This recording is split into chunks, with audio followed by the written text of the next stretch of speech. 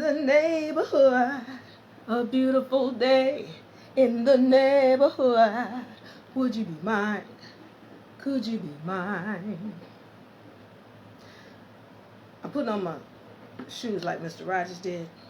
I've always wanted to have a neighbor just like you. I've always wanted to live in a neighborhood with you. So let's make the most of this beautiful day. We're going to make the most of it. Since we're together, we might as well stay. Would you be mine? Could you be mine? Won't you be my neighbor? Won't you please? Won't you please? Please won't you be my neighbor? We're going into Clubhouse. We are going into the Clubhouse. Right now they are waiting on me, and we are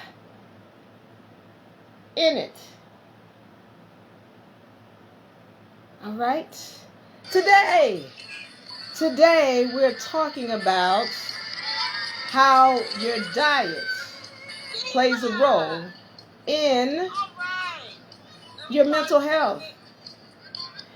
We're in Clubhouse. We're in Clubhouse. Hello, Princess. Hello. All right, let me make sure my little speaker is working over here. Do a testing for me. Almighty Venus Johnson, do a testing for me. Princess. Testing. 1, 2, 3. All right, give me a second. 1 second. I know I paired this little Bluetooth. So give me a second. Let's see how we're gonna pair this thing. So hello Facebook. Hello Diva. Yeah. All right, we're pairing over here. Listen, I want to welcome everybody to Facebook. We got a topic today I haven't had the chance to go into in a while, but we're going to talk. I've had the spirits have been just sending me constantly information about people, what's going on with their mental health, and how they're being told to take this medication and take that medication, but they're not being told the truth about what's really going on. As we attempt to pair this up, give me 1 second. I'm gonna try to. Bluetooth disconnected. All right, I'm trying to pair my little Bluetooth up here so I can make sure There we go. All right, Princess. Now, so we're gonna set it up in Clubhouse. So we're live. Facebook, Halo, YouTube, and actually Clubhouse. Halo, got some people in the house. So we're gonna get this thing started. We're gonna ping. Let me remind myself to ping. Click Casey in the house. James, Halo. Thank y'all so much for joining us. All right, so Princess, go ahead and set this up. But today we're talking about how your diet and your relationships affect your mental health. And Princess, I want you to go ahead and set it up. And let's get to it. Well, thank you very much, Diva. Hello, Facebook world, Clubhouse. We are live in the UNA Law Club with Diva Laree from UNA University. We're speaking tonight on how diet and relationships affect your health.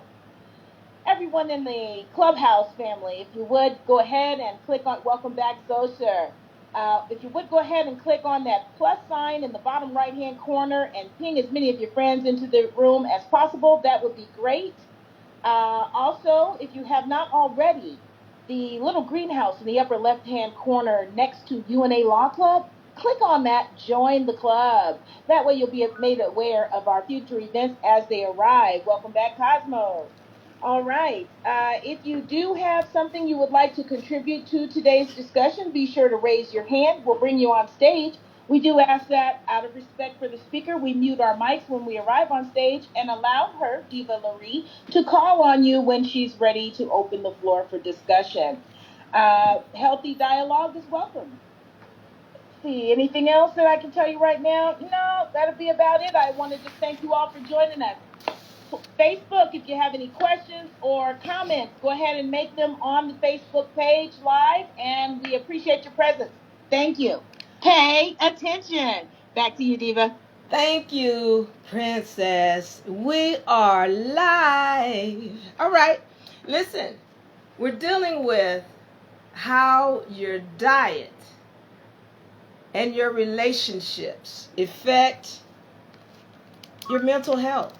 And we need to get on this because, I'm coming at it from a couple of different aspects. There's so much more to this game than this, but we're not, as these doctors are telling us, how to do and what to do. What's not happening is we're not being told about what we're eating and consuming and how the spiritual side affects our mental health.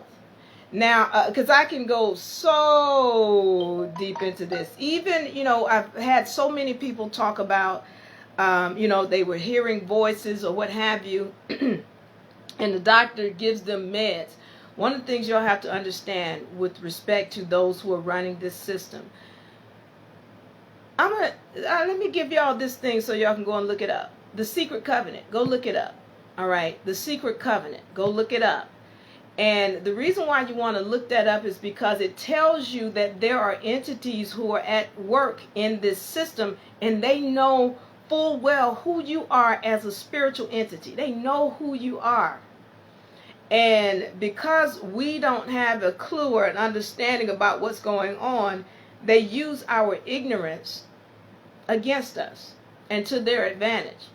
You have to know who you are. So when I'm getting back to those who are running the system, when you're hearing voices or you're thinking you're hearing voices, those are frequencies. A lot of us, and I'm not telling you not to take your meds. Some of y'all need meds, all right? Some of y'all need these synthetic products. Most of us, we don't want to be putting synthetic things into our vessels. But you got to understand that when you're hearing these things, these are frequencies. Frequencies. And these frequencies come from entities. Listen, I'm going into this thing about who you are as a makeup of this whole thing. You think you're just one person. You think you just got one brain up in this vessel. This vessel has many brains. And 3 right off the top of my head, 1 in your gut, 1 in your heart, and 1 in your head. They play a different role. But one of the things that we're not told is what these different entities mean. They're entities. And then you got to understand within those, there's other entities as well. Listen to me, because you're way more complex than what you have been made to believe. All these people asking me, well, how many people does it take to make a nation? You a nation all by yourself. You are made up of many different spiritual entities. And those who run in this game, they know that. You got to come to understanding and grips of who you are. I need to start there first so that you can recognize that you are made up of many different spiritual entities, and we're going to talk about them. Those spiritual entities within you, they have intelligence. So every time you eat something, every time you drink something, every time you're sexing someone, kissing someone, there are spiritual entities that are going into your vessel. Spiritual entities that, people talk about demons and ghosts, and demons, they're very real. They come in the form of bacteria. Demons are very real. They come in the form of bacteria. Listen to me so we can get an understanding of, what's really going on. All of these entities that go within us in our food, this is why you pray over your food, you pray over your water. Your water is very much alive. This is very much alive. And is responsive to your energies. So I've shown this with the rice water that I've done before. I've done it with plants. I've done it with all kinds of different things. And you can see what happens when you put a specific spiritual entity on something and when you don't. They are very responsive to your energies. You got to pay attention to this because Now, well, what does this have to do with mental health, Diva? I'm ready to tell you. Because of the simple fact that we are unaware that everything that goes in our vessel is alive. We're not recognizing that we're putting spiritual entities within our vessel. And the reason why it's important, because these spiritual entities, see, y'all got to get out of this notion that because something is microscopic, it doesn't have intelligence. Listen, a microscopic entity, some of these microscopic beings, they got more chromosomes than you got. They are very intelligent. And a being does not have to control your whole body in order to control you. They just got to know where your nervous system is. Once I get to your nervous system, I can control all of you. Your whole, I can tell your arms, your fingers, your toes, and your legs what to do, because I've tapped into your nervous system. Because I know how to communicate with your brain.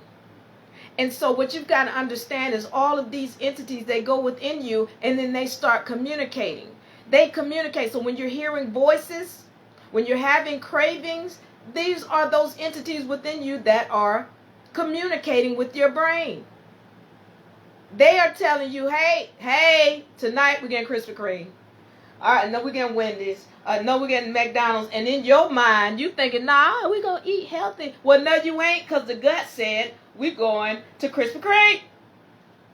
And then because you don't know how to control what these spiritual entities within you are saying, you end up doing things that you shouldn't otherwise do, or that you didn't make plans to do. So listen up so we can understand what's going on and why it's important to understand how your diet and your relationships affect what's going on with respect to your mental health. Now, in understanding that you are a vessel with a whole bunch of different spiritual entities within you, what you got to recognize is those spiritual entities, as microscopic as they might be, they speak to you all of the time. Your spiritual entities, or whether it be your gut, and see, they're bacteria. They're speaking to you at all times. This is what, again, see, you thinking that, oh, I'm hungry, that's just, natural, because that's what people do. No, that's some bacteria within you, and they've got a craving. It's called a withdrawal. So I'm going to go down this list tonight. I'm talking about the main three things I'm talking about: meats, alcohol, and sperm. Sperm? Yeah. Sperm. Your relationships. Who are you dealing with? You got to understand that you have so many entities within you that you got to learn to control. You need to understand when you're putting other entities within you, what they're doing to your brain, what they're doing to your mental health. Why are we talking about eating meat and not eating meat? We need to go through that and make it clear. All right? So now, as we go into this, as I said, your diets and your relationships. Now, when we're talking about meat, let's get into meat, and then we'll take a break in a few. I'm gonna get into meat, and I'm gonna take some questions, and then we're gonna take a break. When we're talking about meat, let's understand that when you eat meat, you can cook it all you want to. There are still living cells within that meat. And so when you consume it, you are consuming the characteristic traits of that entity that you're eating. So one of the issues with this that we're not told is when we're talking about things like cows and chickens, but let's get to the cows. Let's get to cows. When you got to understand, cows are not, they want to make you think that they're dumb. They're not at all. There's a term I want you to look up. It's called kosher killing. And when you look that up with respect to kosher killing, what you're going to find is that's the way that, quote unquote, the Jews, which was originally melanated folks, we won't go into that tonight, but that's how they learned to kill the cow before they eat it, because they knew full well that the cow is going to emit pheromones when it gets afraid. Well, so what? So what, Diva, that it emits pheromones? Well, when it emits pheromones and then you go and eat this cow, you are consuming those fearful pheromones. This is why they would kosher kill it, to make sure. How'd they know all the way back then to do a kosher killing? How would they know that? I tell you again, get that that document, Secret Covenant, and you're going to understand there are beings that are full well knowledgeable about who we are as a species and how to affect us mentally. Well, when you eat this cow, and they know full well that you're taking on the characteristics of that being. All right. So that's important to understand, because the cows you go and buy at the store, they are not kosher killed. They are definitely put into a high pressure situation whereby they know full well that they're going to die. And they know it full well ahead of time. So what they don't want, the reason why the kosher killing wasn't in effect, is because they don't want the cow to emit these pheromones into its blood. Because as soon as it does that, then whoever eats that meat, that becomes their state of mind, fearful and afraid and petrified. So here's what happens when you go when the cow, before it's killed. Some of y'all have seen some of these videos and movies about how they kill these animals, but they're going to haul these cows into some kind of long way, trail or whatever, where they guide it through. It's guided through, and as the cows are being guided through, there's a machine that grabs the cow, picks it up, and cuts the head off. Now, y'all got to understand, these other cows see that. They see that and they know it. So you've seen these videos where these cows will be crying because they know they are about to die. You know how much pheromones is being emitted into their blood? All right, but then you go and eat it. Now, I'm not even talking about the health effects of the meat. Okay, and all the other stuff, the steroids and all the other chemicals that they put in the cow. I'm just talking on a natural level of torture. They have been tortured because they got to watch the cow in front of them, and this cow and that cow, and they know their time is coming. Do you know how much fear is being put in these beings? And then they put this meat, they cut this meat up, and they put it in the store, and you go eat it.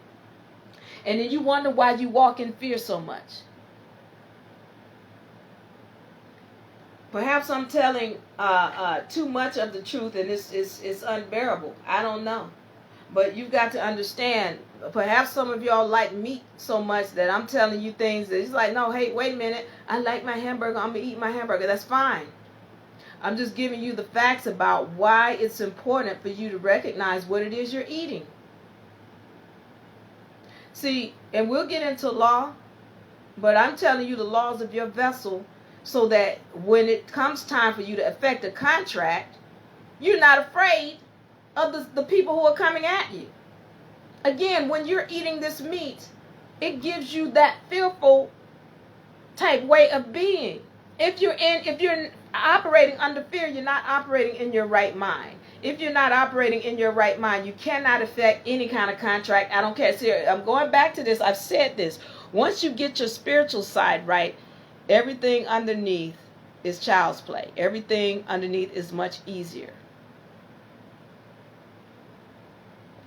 So this is why it's important to recognize how what you're eating impacts your mental health. You're all fearful and afraid, and we don't even want to talk about the chickens and what they go through. The hogs, what do they go through? So again, we're not even getting on how this affects your health as far as physically. We're talking about your mental health.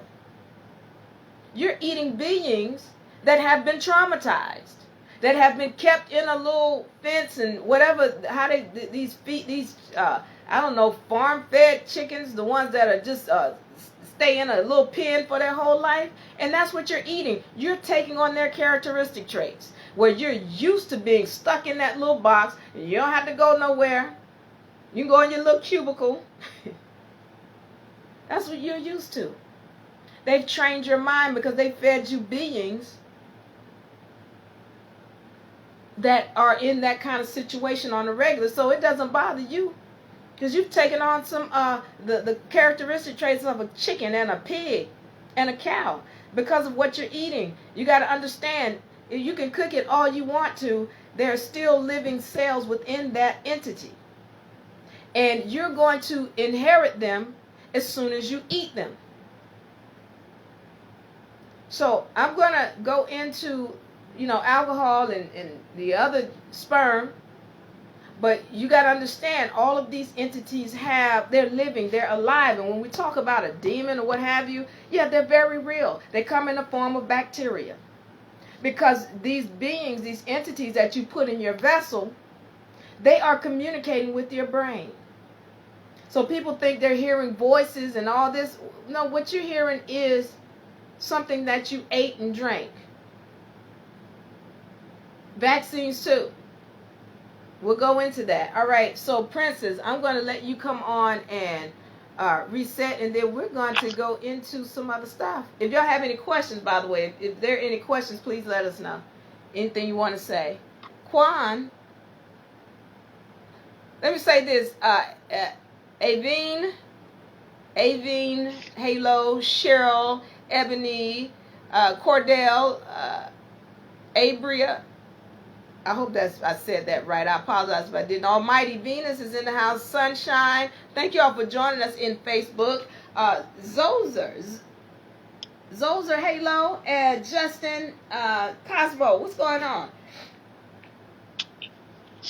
Peace, guys. Peace, brother. What's going on? Peace, Steven. Hey there. How y'all doing? Justin. All right. So come on, Princess, and reset for us. Okay, I want to thank everyone in the house tonight, Clubhouse, Facebook, respectively, for joining us here live in the UNA Law Club. We are speaking live with Diva Laree. I want to ask you guys to mute your mics. Thank you. All right, we are here live with Diva Laree in the UNA Law Club here on Clubhouse and in Facebook land. We're speaking on how diet and relationships affect your health, things that go in your body, how they affect the outcome. And it's a great subject. Click your mics if you agree with me on Clubhouse and on Facebook. Just thumbs up is all good. We can catch Diva live Tuesdays, 7 a.m. to 9 a.m. Eastern Time, and Thursdays, 7 p.m. to 9 p.m. Eastern Time. Every Thursday, every Tuesday. If you're not already a member of the UNA Law Club, be sure to click on that little greenhouse in the upper left-hand corner and become a member. That keeps you abreast when we have events. You'll be able to join them as they occur. Also, if you'll click on that plus sign down there in the bottom right corner of the screen and invite as many of your friends in as you can, until your status goes red and it says you can't invite anybody else. On Facebook, you can do the same thing just by hitting that share button and sharing it out there in the world for others to tune in, tap in, and be uplifted. Follow us. We do follow back, myself or Diva. That allows us to ping you when we have events so that you'll be aware that we're on live and or sharing information that may be beneficial or profitable to yourself. Take notes and pay attention. I'm going to send it back to you, Diva. Thank you, Princess. Now, is my audio okay? Can you hear my audio okay? Sounds great on this end and on the Facebook side. All right, excellent. All right, so now let me get into this because I talked about who you are as a vessel and how you are a spiritual entity made up of many different spirits, and what's going on with your vessel. Because again, people will say they're hearing voices, and really you've got spiritual entities within you and they're talking.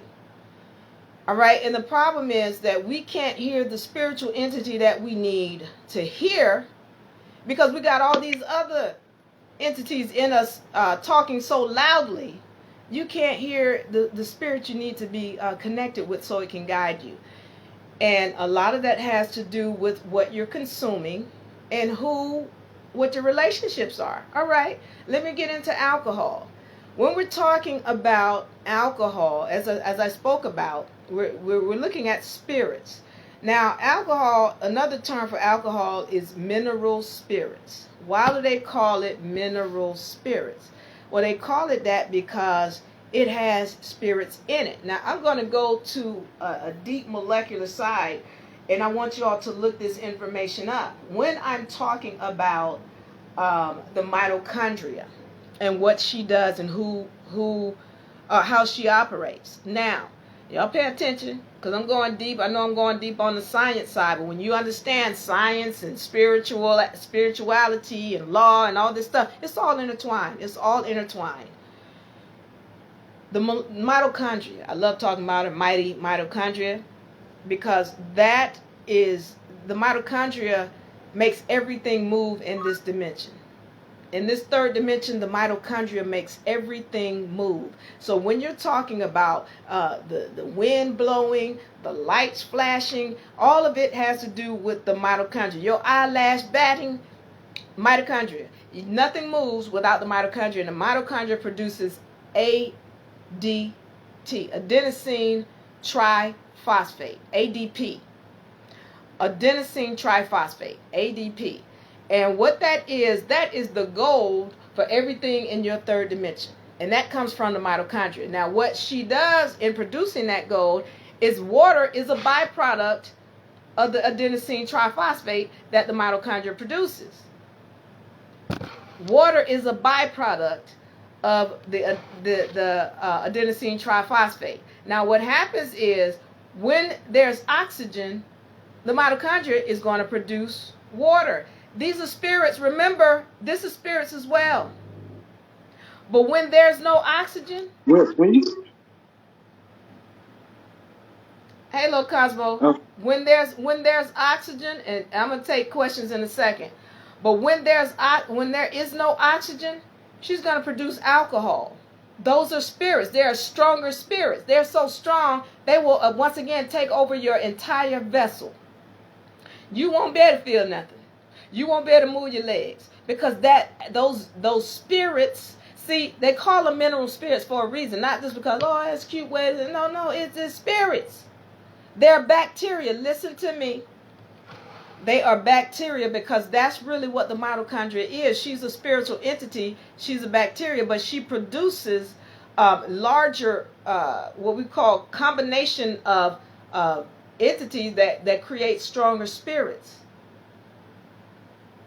That's what the mitochondria does. So when there's alcohol being produced, they're using fungi, and they're using the fungi, and then there was another one, because when you're talking about alcohol, you're talking about rotting rice or fermented rice, fermented grapes, fermented whatever. It could be anything. They're fermenting things. And they're using a fungus to produce it. That's a bacteria in itself. Well, guess what? The only way they are producing anything is through the mitochondria, who is given either water, but in their case, when they use it, she's getting alcohol. You're getting alcohol. That's coming from the mitochondria. Now, let's understand these are spirits. And when they get in your vessel, they're very powerful and very strong. And so we're just thinking, oh, it's just some alcohol. It tastes real good, make it feel real good. Yeah, it's the spirit in you making you feel that way. And you've got to understand, this is why you get, you want it so bad. Because those spirits get in there, and then they start craving. That's bacteria that gets into your system, and they start to crave. The same way they crave sugar, the same way they crave Wendy's, alcohol. But those are even stronger spirits craving the alcohol, which is why it's difficult for so many people to break it. Those are spirits talking to you in your mind when you're thinking, okay, I'm not going to do the alcohol today, I'm not going to get drunk, and then the next thing you know, well, your spirits start talking and they start voting. When they start voting, you don't count. What you want does not count, because you haven't learned how to control the spirits within you. You haven't learned to control your vessel. They are constantly talking to you. Do you know how to control them is the question. That's our journey here in this life, in this third dimension, to learn how to control this vessel. All right. Now, do I have a question? Cosmo, I saw you. Jason, James, Halo, thank you all for joining us. Anybody want to add anything or any questions? I just want to say, when you say spirit, I hear spirits, and I know the term is used loosely within the community, but it's not in reality. It's not like that word confuses a lot of people because you can't speak on where and what it is. You know what I'm saying? I just told you they real. It's called bacteria. What part of that is not reality? But in science, in chemistry, there's no bacteria. There's no such thing as bacteria. What chemistry? Are you talking about your high school? You talking about your public school chemistry? No, I'm not talking about that chemistry. I'm talking about biochemistry. Okay, in biochemistry, they clearly tell you there's bacteria and that it's alive. What part is not reality about that? Okay. No, come on, talk to me now. We having a conversation, right? You telling me it's not reality. How is it not reality when there is bacteria? Bacteria is alive. Bacteria communicate. What part is not reality to you? Because like you can't name something that is a part of life. Like how are you gonna name and say it's bacteria if it's like a dog? That's like I can say a dog is bacteria, but it's part of life. So it's something that we can't. I don't know. I'm just confused. That's all. Okay, but you got to ask me the question so I can help you get unconfused. A dog is a part of life, and what is that? A bacteria is not a part of life? Is that what you're saying? No, I'm saying it's us. It's a part of us. So how can we name it like it's something other than us? What's a part of us? Exactly. Bacteria. But do you understand that you are made up of many different bacteria? I mean, many. Yeah, I understand that. So it's a part of us. I'm trying to understand your point that you're making. Help me understand and make your point. That's why we're here, to have this discussion. Make your point about what you're saying, that I can't call it a spirit or spirits because of what now?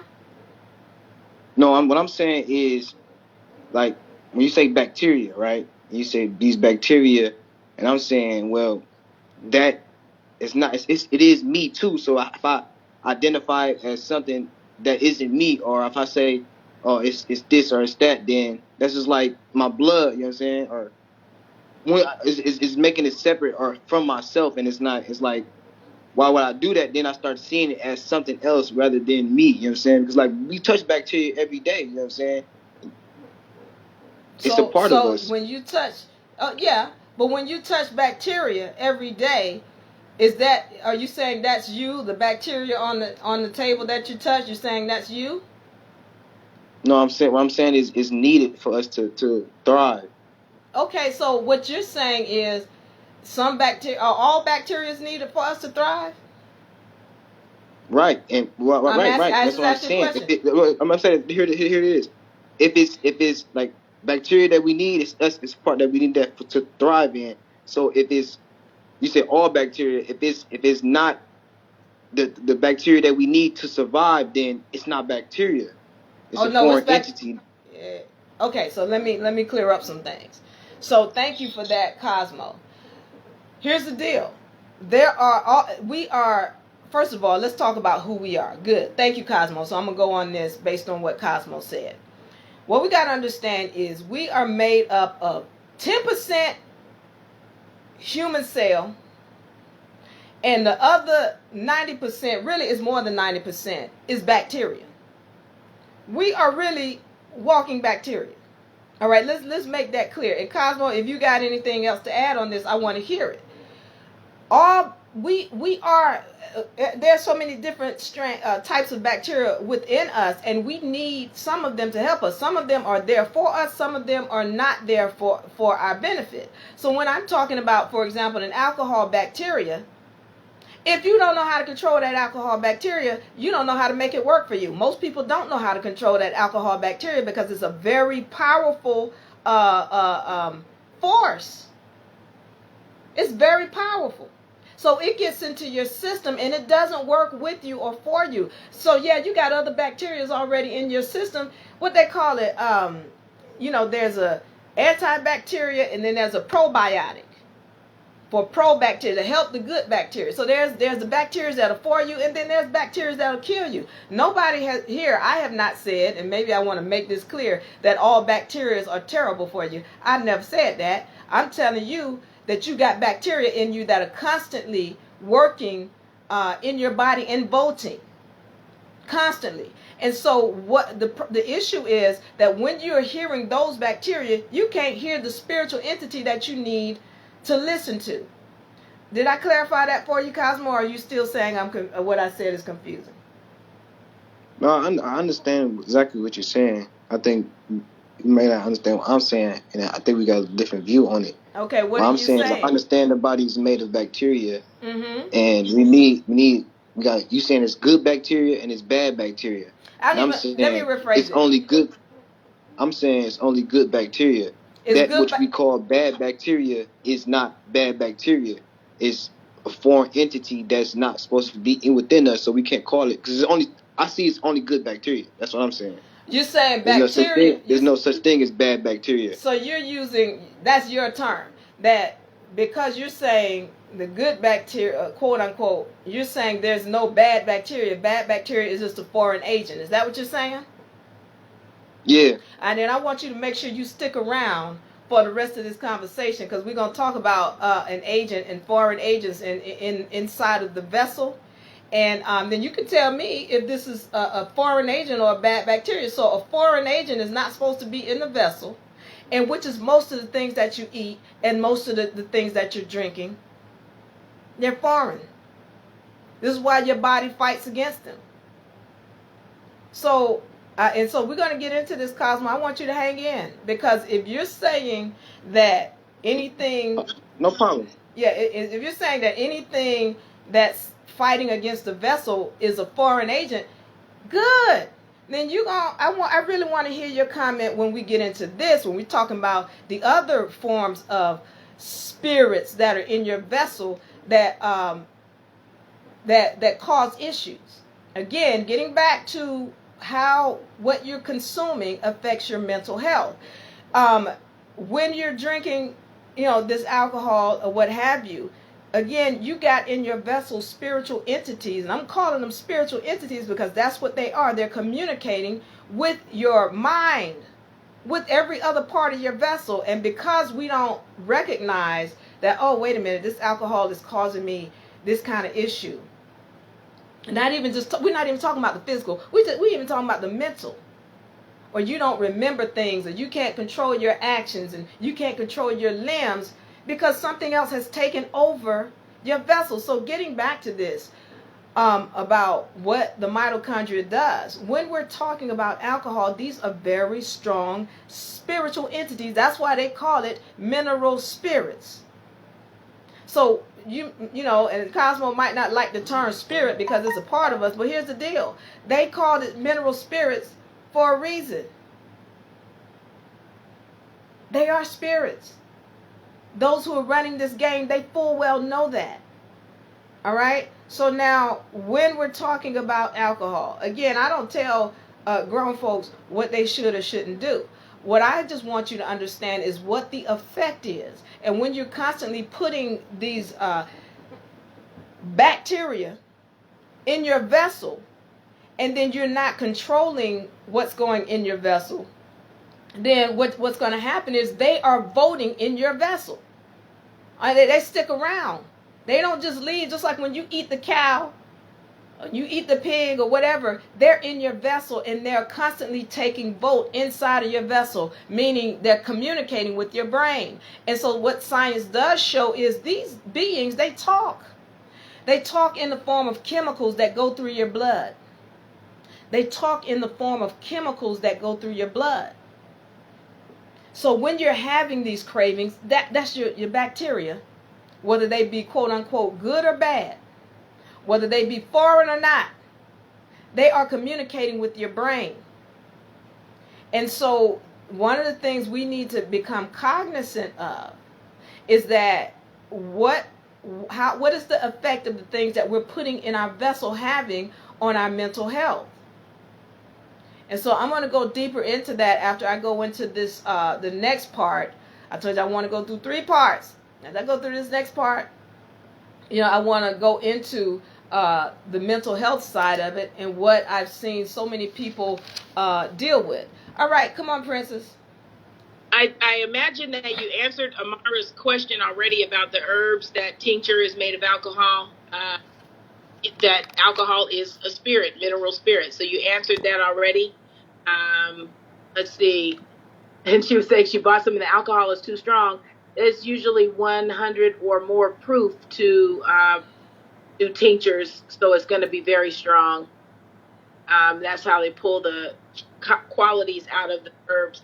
And there are other ways too. You can do it with oils and things like olive oil, Amara. So I was just answering her, and you can answer her. And then she asked about one that we love to laugh about. What about shrooms? Yeah, I mean, listen, there are some things that are, according to what I see, that are put here for the purpose of helping us to communicate on a higher level. All right. The problem is we tend to abuse some of these things that are put here. That includes the shrooms. That includes, other things, marijuana. We abuse it. And so the deal is, when you're getting into abusing some these deals, it's not helping you. Or not in this dimension, it doesn't seem to be helping you. So, but the thing is, we're trying to communicate with our spiritual entity, that heart, that subconscious. That's what we're trying to communicate with. And the problem is, we're putting so many things in our vessel that only thing we hear is these other entities that we put in. Why? Because here, I mean, you eat certain things and it's got your knees hurting, it's got your stomach hurting, it's got your head hurting, your arm hurts. You can't concentrate long enough to communicate with your true spiritual side because you're in pain, because you're hungry, because you're drunk, or whatever it is. This is why I'm just talking about mental health today, because I've just had so many people come to me talking about the synthetic drugs that they've been put on, and some of these other things, and I needed to address this today. So, Princess, if you could do a reset for us, I sure would be grateful. I'm pinging. Great. Thank you guys for pinging too. Ping, ping, ping. I'm inviting Dale to the stage, who has a question. And while Dale's coming up, I'll ask you to just mute your mic when you do come on set. All right. And we want to thank everyone again for joining us here live in the UNA Law Club on Clubhouse and live on Facebook. We thank all of you for joining us tonight. We're listening to Diva Laree from UNA University speaking on how diet and relationships affect your health, mental and physical. Thank you, Ebony, for joining us as well. I want everyone that is in the room, if you have not done so already, there's a little greenhouse in the upper left-hand corner. Be sure to click on that and become a member of the UNA Law Club. This will keep you abreast of events as they actually occur or are scheduled. Additionally, if I could have everybody hit that plus button down there in the bottom right-hand corner, ping as many friends as possible to come and join in on the conversation. And we thank you. If you do have comments, questions, remarks, be sure to press the raise hand button. We'll bring you onto the stage. Once on stage, hit the mute button. Diva Laree will call on you when the floor opens for you to speak. Let us know that you're done speaking by saying something to let us know you're done. I'm complete. I'm finished. That's my question. Anything of that nature. And again, we thank you for your time, your mind space. Take notes and pay attention. Back to you, Diva. Thank you, Princess. All right, Dale. Hello. You have something you want to speak on, Dale? Hey, how y'all doing out there? Wonderful. How you doing? Oh man, I'm doing beautiful, man. I'm doing beautiful. Just saw the title of the club and decided to come in, man. This is a life journey, man. Diet and is how it relates to how we react and or relate to each other. You know, it's an important synergistic bond, man. I think I'm a musician. I own a sea mouse business.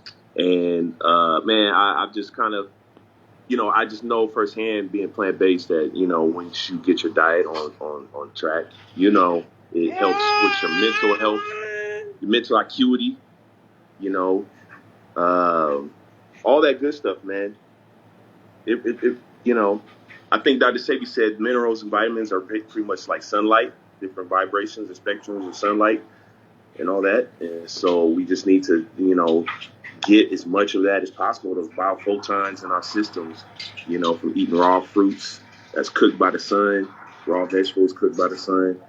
And, you know, I'm just a person who has experienced the benefits of that, man.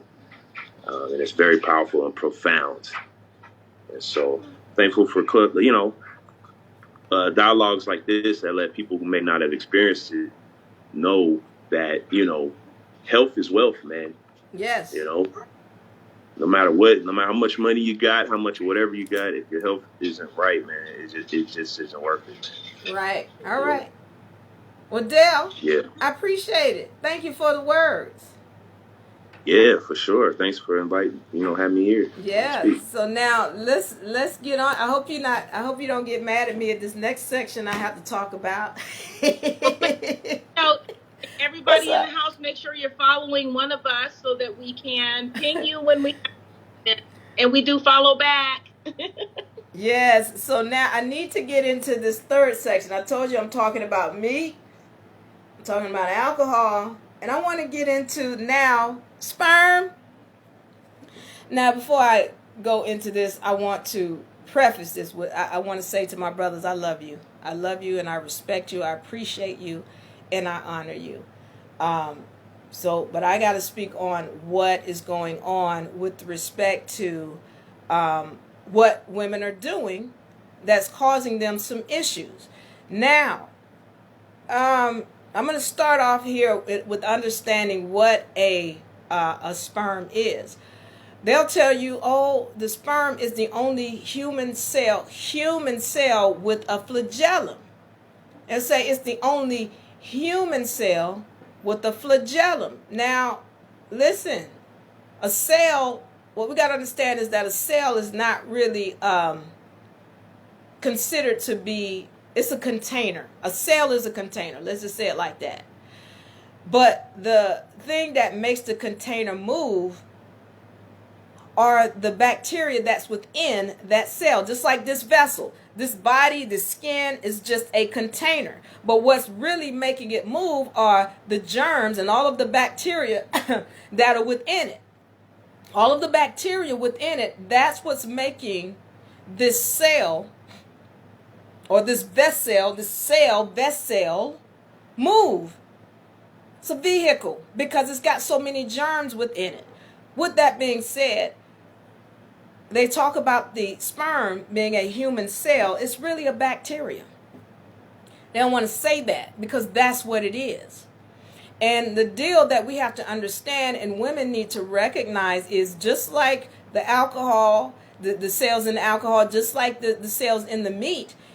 If you are mating with someone, we're going to call it mating with someone, and you are not aware of who they are as a spiritual entity, then you're getting a whole world coming into your body that now will control you the same way the meat does, the same way the alcohol. When they talk about digmatized, what is that? That's what that is. That's that cell inside your vessel saying, you need some more of him, girl. Go and get some more of him. That's what that is. That's his cells within you communicating that you need to be with him. Now, that's not so bad in itself. What's bad is that some of us get with people who we need to move away from. And we can't because, again, there are those cells within our vessel that are communicating with us mentally. Now, here's the deal. Here's the deal about, what sperm does. Some of y'all think it just goes up in you and it disappears. or it dries up and it falls out. That is not how that game works. This is why in the Bible, it's always, when somebody was getting married, it's just sex. Once you have sex, you're married. You didn't need to go and I pronounce you man. Just you have sex, then you're married till death do you part. Why till death do you part? Because once that sperm goes up in you, y'all are together. That's it. And one of the things that people are not recognizing, even science shows this, there are women who will have had sex with a man maybe a year, 2 years beforehand, and then she'll give birth to someone, get pregnant by someone else, but her child resembles the first man she was with. Well, that's because his genes have combined with yours. Till death do you part. This is why you need to be aware of who you're allowing to plant seed in your vessel. Because now what you got to understand, and I spoke about this, see, when his sperm goes into you, you have his past, present, and future right there.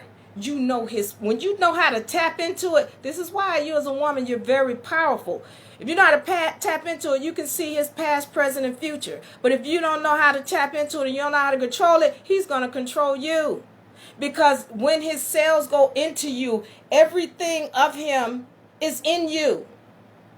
So he's controlling you, but you don't get it. This is why they had that some of y'all may have heard, and it's pretty gross, so I hope you're not eating. If you're eating, I tell you to turn TV off right now. But listen up. This is why they had that little where they tell you, if you want to control your man, girl, this is gross. Mix some of your, what they call it, your menstruation blood into his spaghetti. Now, that might seem crazy to some people, but here's why that is. It's because when somebody's DNA goes into you, you are going to feel their vibration. Whether you like it or not, they can control you if they understand the game. So I'm going to say this again. When their DNA goes into you, the same way with the cow, the same way you eat the cow and you all scary and you nervous and petrified and all this other stuff, the same way when you drink that alcohol, you can't feel nothing. Yeah, well, when his sperm goes into you, now you're controlled if you don't understand this game. See, now, again, I'm getting back to bacteria and understanding that, when we talk about demons and bacteria and spirits, yeah, they're real. That's what they are. These spiritual entities. A bacteria is a spiritual entity. It is. And some of y'all think because they're microscopic, they don't have any intelligence. We want to come up out of that notion. Because they had some of these bacteria, they got more DNA or more chromosomes in their DNA than you got. They're highly intelligent. And they know how to control your whole vessel. So when we're dealing with this, what I'm saying to you is, when you've got his sperm or his DNA going into you, and let's say this is a hellion that you've sexed because you didn't take the 6 months off that you should to get to know who this is, and you upset with him and you mad with him, you got to understand, you have put his whole DNA in you. He can control you on a mental level. This is why you have to be aware of who these beings are that you're sleeping with. So I go into this, I've talked about this before in my sessions that, okay, I'm going to give you an example. How powerful blood is and how powerful DNA is. Let's say you have diabetes and you go into a doctor and the doctor removes a vial of your blood, takes your blood out of your vessel. It's the diabetic blood over here. And you go off and, you get your blood clean and you get yourself clean. You don't have diabetes anymore and your blood is showing up okay. Guess what? The blood in that vial is automatically going to respond. It's going to be cleaned up. When the blood in here gets cleaned up, the blood in that vial got to get cleaned up. That's how this game works. That's how powerful your DNA is. So imagine with him, you've got his DNA in you now. You are feeling his emotions and everything he's doing. You got his past, present, and future right there in your vessel.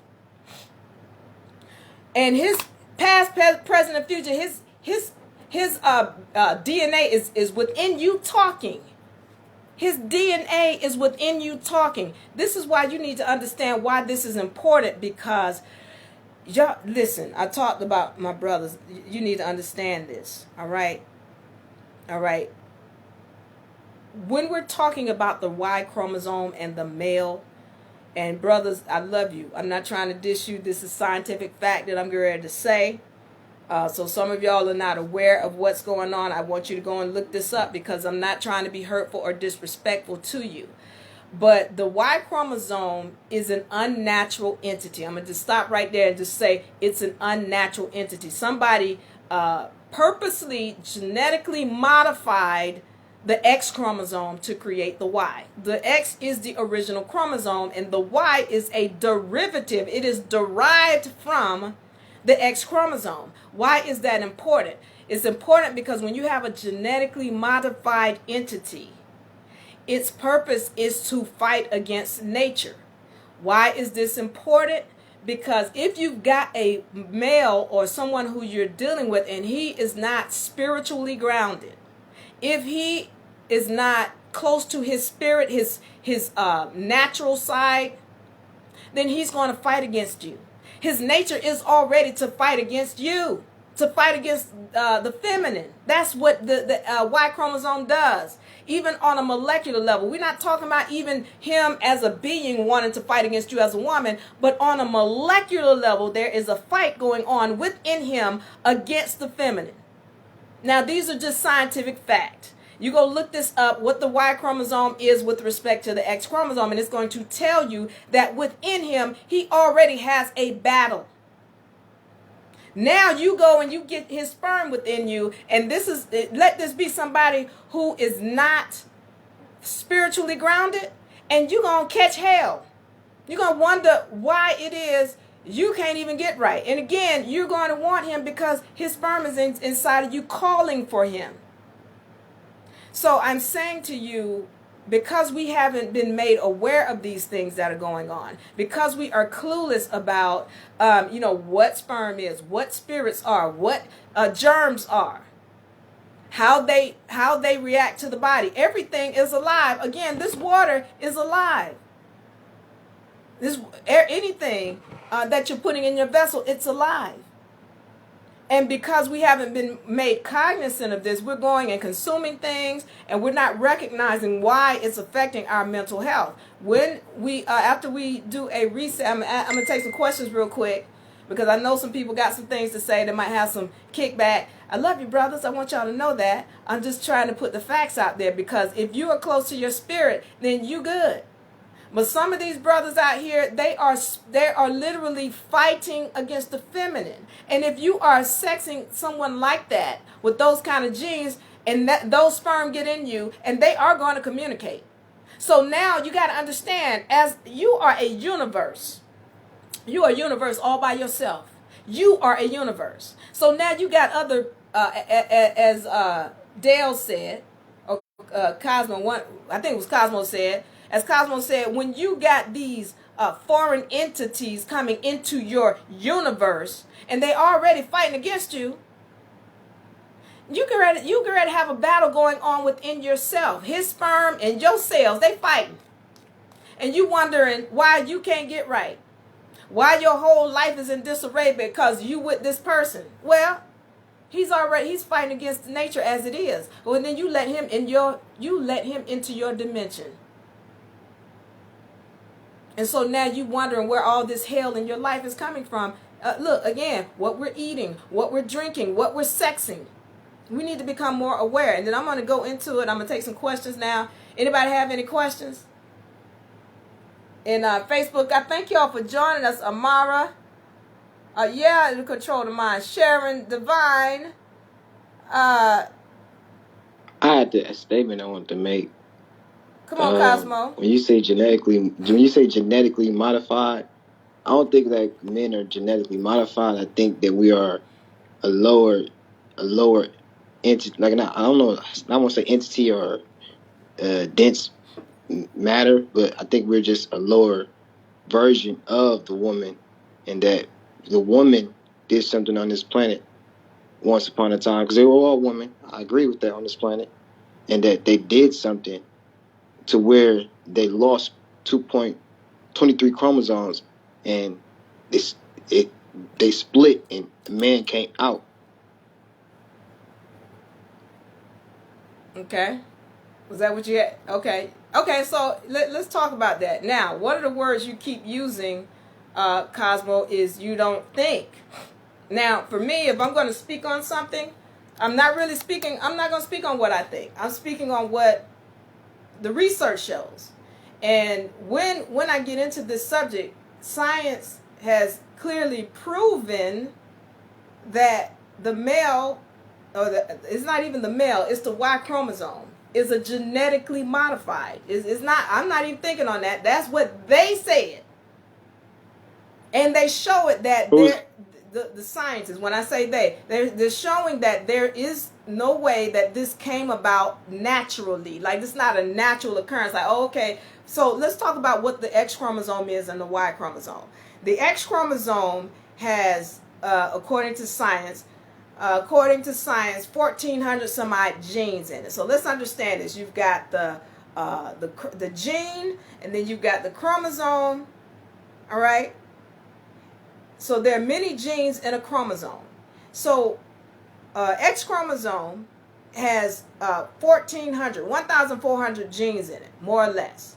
And then you've got this Y chromosome that has 1,300 genes missing. So this means this Y chromosome only got 100. This Y chromosome only has one gene in it, 100 genes in it, 100 genes to 1,300. I know, that's what I'm saying. That's what I'm saying. We lost part of ourselves. That's what I'm saying. When yeah, you say but what missing, I'm saying to you, like yeah, but hold on, because what I'm saying to you is science is showing that this doesn't happen by happenstance. Like, this is not just like, oh, well, he just something just happened where maybe, some of them disappeared. No, somebody specifically went in and tampered with the chromosome, the X chromosome, to remove the 1,300. This is not a natural occurrence. And this is why, see, this is another thing science will show you when you go and look this stuff up. See, science shows you that things that are unnatural, they have a expiration date. They have an expiration date.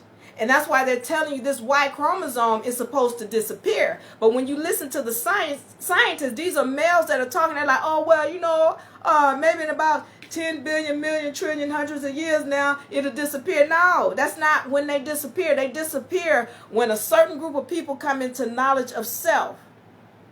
And this is not the distant brother, because, again, we are all spiritual entities. I talk about spirits because we are, always were, always will be.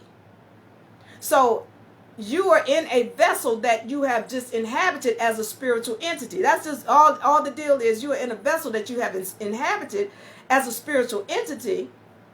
So, but that doesn't take away. I'm gonna just listen. Okay, thank you. So, but that doesn't take away from who you are. So what I'm just trying to tell you is science is showing that there's no way this could have come by as a happenstance, or that it was naturally created. Everything you said, Cosmo, about who the male is, yeah, that's correct too.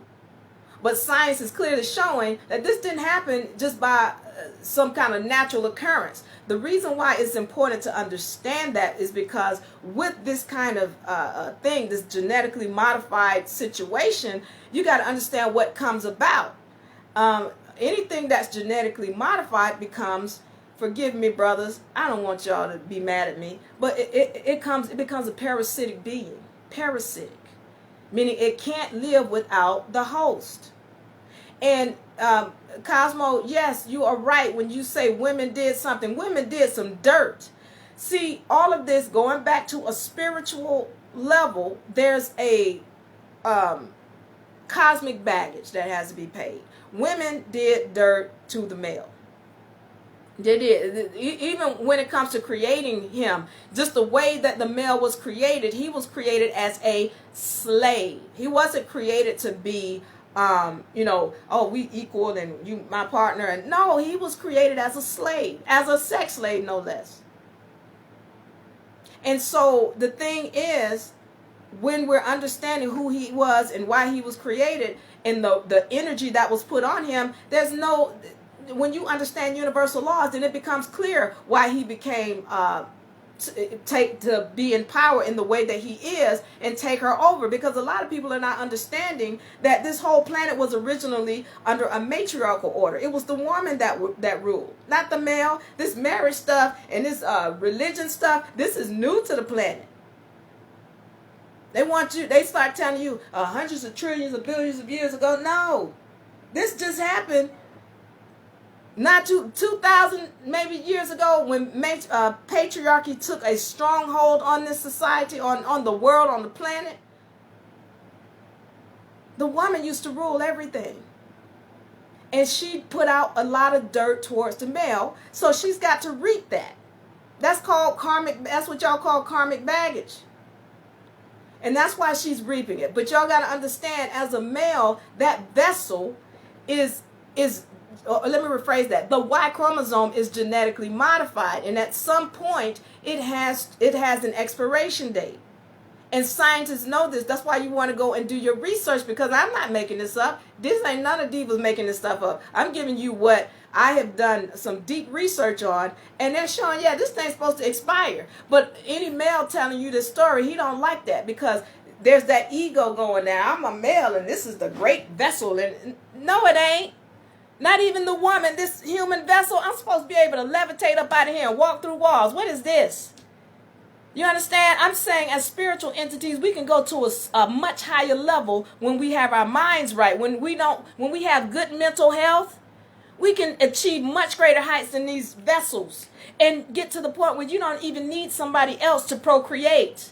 Because that, as women, what we used to be able to do, procreate on your own. Well, when you start tampering with the mitochondria and doing all of these dirty deeds, well, then you're going to receive the hell that you created, that you put out. Zozier, did you have something you wanted to say? Peace, goddess. Peace, brother. Oh, my bad. I had a call. My bad. Exactly when you asked me to. Okay. Did you want to speak? Oh, yeah. My fault. My apologies. Your apologies for what? Oh, you don't want to speak? I keep getting phone calls in the middle. I got like 3 phone calls when you asked me that question. My apologies, guys. Do you want to? Okay. No. What I wanted to chime in. I actually I'm familiar with the train of thought where but I came in again. I came like back and forth. So I'm right now currently. I agree with a lot of what you say, and I'm just wondering, did you come? What school of thought are you familiar with, Dr. York? Because a lot of your information sounds like some of the stuff that I've read in a lot of his literature. You know, Dr. York, because he will break down the different personalities that we get from our parents and things of that nature. Then he'll also break down the atmosphere and how you were talking about bacteria. I ask people all the time, what's the difference between a pathogen, bacteria, and a virus? And bacteria are airborne. You see what I'm saying? So yeah, that goes back into the ethers, and you can breathe that in. You can personify. So I'm with you. I'm following where you're going on an esoteric level. I just wanted to know, like, where is your train of thought? Did you come from like one of like Dr. York information or? Yeah, no, I have not. You know what? I've had a lot of people to tell me that this information seems like what Dr. York spoke on. I have not followed his teachings at all. I maybe have heard 2 lessons from him, and I think they were dealing with pyramids or what have you. And I kind of knew a little bit about his story. But no, I do a lot of research, and I let the spirits guide me. So it's like if something comes up where I have a question, I'm going to ask that question, and then I ask the spirits to guide me to it. So I do, I don't really read a lot of books. I don't. So forgive me. Do some research where I'm finding different sources from different places. When I want to understand what the heart is, where it came from, how was this child developed, what is because everything as is within, so is without. When I started studying that as is within, and I wanted to know, hey, what's going on within me, and then because then I could see what's going on outside of me. the more I applied these laws and then I started doing my research, the more I'm able to understand this third dimension that I'm looking at. So when it comes to following somebody, I haven't done that. I've heard different people, but really it comes from my research of going deep into it. There are people who have been pivotal for me. One of them was Blair, Dr. Blair, and then Pukram. Those were two people who were very pivotal for me. Powerful. Yeah, those two. I study Blair as well. Yeah. So me too. Yeah, so they were very pivotal, and because I didn't even know about Dr. Blair before I started learning this information, and then somebody was like, "Hey, you sound like that's some stuff Dr. Blair." So then I go and look up Dr. Blair, and he's filling in points for me, helping me to understand, who I am as a woman and who the male is and all this other stuff. So those are two of the people that, helped me to understand what powers we have. And from, after I had already started speaking about it. But yeah, I don't really follow anybody. It's just, research, and let the spirits talk to me. My apologies for you saying follow. I didn't mean to say it like, it's all good. Not in the condescending way. I'm just saying like, No. From my train of thought, how I was, from my experience, like I follow in order to lead. I kind of come from that train of thought. Sometimes you have to follow in order to lead because, there's been people like, pioneers prior to us, like you just named, Dr. Blair and Dr. Pukram.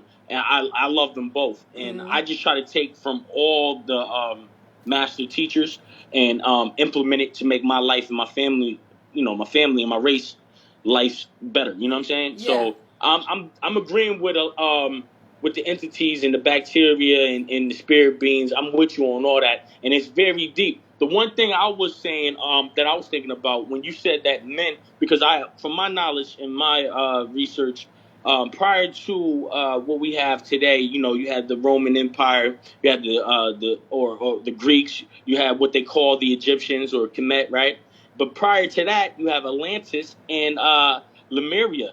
And from my understanding, they were like asexual beings or what they call like hermaphrodites, right? And it alludes to what you were saying before. There wasn't no men. It was like they were reproducing without the assistance of any other being. So it wasn't that they were just women. They were like a mixture because they used both sides of the hemispheres of their brain, left and right. It was like a oneness type of thing, Yeah, thank you. Yeah, exactly. So I mean, it was they were asexual, and it's called Parthenogenesis. Now people want to tell me, that wasn't for humans. Ain't nobody, and we can go back. They like who did that? Well, the Amazon women. We could talk about the Khalifa tribe, which is what California is named after. That's a women tribe. So when I'm saying this, it's not the brother. Y'all are part of us. Y'all are a reflection of us. Y'all are spiritual entities. When you said it, I think how you said it is I didn't take it personal because like I said, I do my research and I understand it as well. But I think it was more so like he's saying that because even with the 7 Hermetic principles, it says masculine and feminine. So I think when I heard you say it, my conception was that it was just women, but what's I was just trying women? to get you to understand like we was inside of the women because and we split. You know what I'm saying? What do you mean just women? No, that's what I was saying. Like when you had said that we are genetically modified, the Y chromosome. And I understand that. I understand because we missing 23 chromosomes. That's why we have nipples and we never use them throughout our life. You know what I'm saying? But I was trying to get you to conceive that we were both male and female in one body. You still are. We had split. Ain't no split. You are still female. You my sister. Yeah. Listen up, man. Let me tell you something. I'm not, But in order for me to be female, I had to... Go ahead. Sorry. Listen to me. That whole split thing, that's a lie. There wasn't no split. Your DNA was removed. There's a chapter. Look, when we talking about the DNA, the X and the Y, and the Y used to be an X, and when the time when the vessel is developing and all of that, when it's developing, listen, I'm ready to go into this. Princess, I want you to reset, all right? Because I'm ready to go into this so we can understand what I'm saying. Thank you, Cosmo. Y'all, hold on, because I want to go into this so we can understand clearly about who the male is. I'm saying you still both. I'm not saying there wasn't no split. No, there was something else that happened, and I'm ready to go deep into that. So there is no male then? There's no... No. That's what you're saying? I'm saying that there's something more to who you are than what's being told to you, and that's why there's that fight within you. So, Princess, I want you to reset real quick. I don't have no fight. I'm saying, listen, yeah, you do. If you a male, you gotta fight. Is that not male and female? Yeah, it's or both. Is it just female? Well, listen, I'm gonna come back. Listen, let her reset, please, and then I want you to hold on, and we're gonna get to it. Princess, can you please reset? Hold that thought, Cosmo. Yeah, this is a great discussion, Diva. I must say, I know I'm doing a reset, but I had a couple of things I wanted to say too when the opportunity presents itself. Right now, we are live in the UNA Law Club on how diet and relationships affect your health and the varied ways that our health is affected. Everyone in the room, I thank you for taking your time and sharing your mind with us this afternoon here live on Clubhouse and on Facebook. And I want to just give a big shout to each of you for allowing us to share this time with you. Anyone that's in the audience that has something that they'd like to say, a question they'd like to ask, or anything along that line, comment, remark, we welcome healthy dialogue, encouraging you to raise your hand. We will bring you on the stage. Once you're on stage, please mute your mic and await for Diva to call on you. She will. For those of us who are on stage already, a little different than way we usually do things in Clubhouse. I want you to click your mics if you have a question or a comment. We'll try to catch that so we remember to call on you, and that way we keep from interrupting one another. Again, healthy dialogue is always welcome, and we thank you again for taking your time out.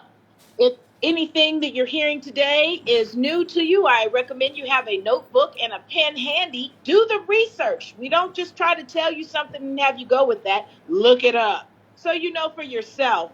But in the meantime, have your pen, your notebooks handy, and pay attention. Back to you, Diva. Yay. Okay, Cosmo, let me answer this. Now, one of the things we got to understand is that in the beginning, when all embryos are feminine. Let's understand this clearly. Feminine is feminine and masculine always. Feminine can always bring forth the masculine. Feminine is both. She is the masculine and the feminine, the yin and the yang, the alpha and the omega, both. All right? Now, here's the deal. What has happened is that the male, what causes a male is the state of the woman that is carrying the embryo or the state of the soil. All right? So what happens is if this woman is in turmoil, if this woman is in turmoil or if there's a problem going on within her, she hates her job, she doesn't like who she is, she's getting beat up in her relationship, all of these kind of things are going to make it more likely that she degrade the vessel of the embryo that's within her to a male. There is no split. What is happening is that vessel is being degraded due to the position or the mother and her mental state. It's being degraded. And I use that for lack of a better term, which you use that term, Cosmo, but that's what's happening. So when I say my brother is my sister, I'm saying you are a female still, you're just inside out. What am I saying? Your penis is a vagina, that tip is a clitoris, those scrotum, that is ovaries that's sitting outside your vessel, your prostate is nothing but a womb that's non-functional, you got breasts that are non-functional, the skin that was torn off, that's the labia. You are a female. You're just in a different form. Does that, you have any comments on that, Cosmo? I'm going to let you speak on that. Nah, I was aware of that. I'm aware of all that. I've been doing much research on all this as well. Like, so I understand what you're saying. But you weren't aware of what? I was trying to get you to understand that with all things, there's masculine and feminine. One of the things you're talking about is a law of universal law. You spoke about the 7 Hermetic principles, which is the telling of the universal laws. I'm saying that, yeah, everything has feminine and masculine. Some things have more feminine than masculine. And what I'm saying is that a male, you are feminine first. And you still have it within you. But there's a fight. No, I see what you're saying, Diva. What I was trying to say is, both of you making striking points, but overall, like you said, the vessel is feminine. You know, the way we're taught, because I got different schools. That's why I asked you what school of thought that you were referring to, because you know, I Nupu, I deal with more science. You know what I'm saying? So I got different schools that I deal with, right? However, in one particular school, we're taught that, you know, everything in the physical is a vessel, you know, and all vessels are feminine by nature. Everything comes from the feminine. Say that one more time. Yeah, everything comes from the feminine. Go ahead. Yeah, and matter. Masculine is the unseen force. Yeah, yes, and matter is the mother.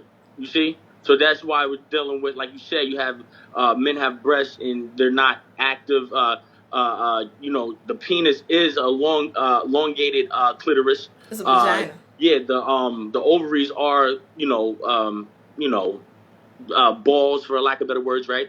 And yeah, I agree with that. But we're also taught in the same breath that space is not contrast, but you got space, matter, and time.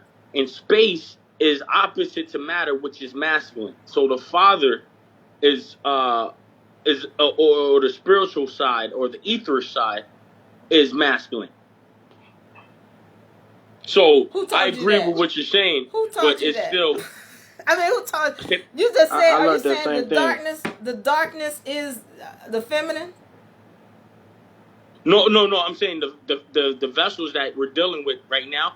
I agree with what you're saying. The vessels by default, all vessels, like even when you go on a ship on the sea, they name it after a woman. Normally, all vessels they name after a woman. You understand? Like particular ships and things of that nature, right? So I'm not disagreeing with that part, but what I'm saying is how we're taught is that space is masculine.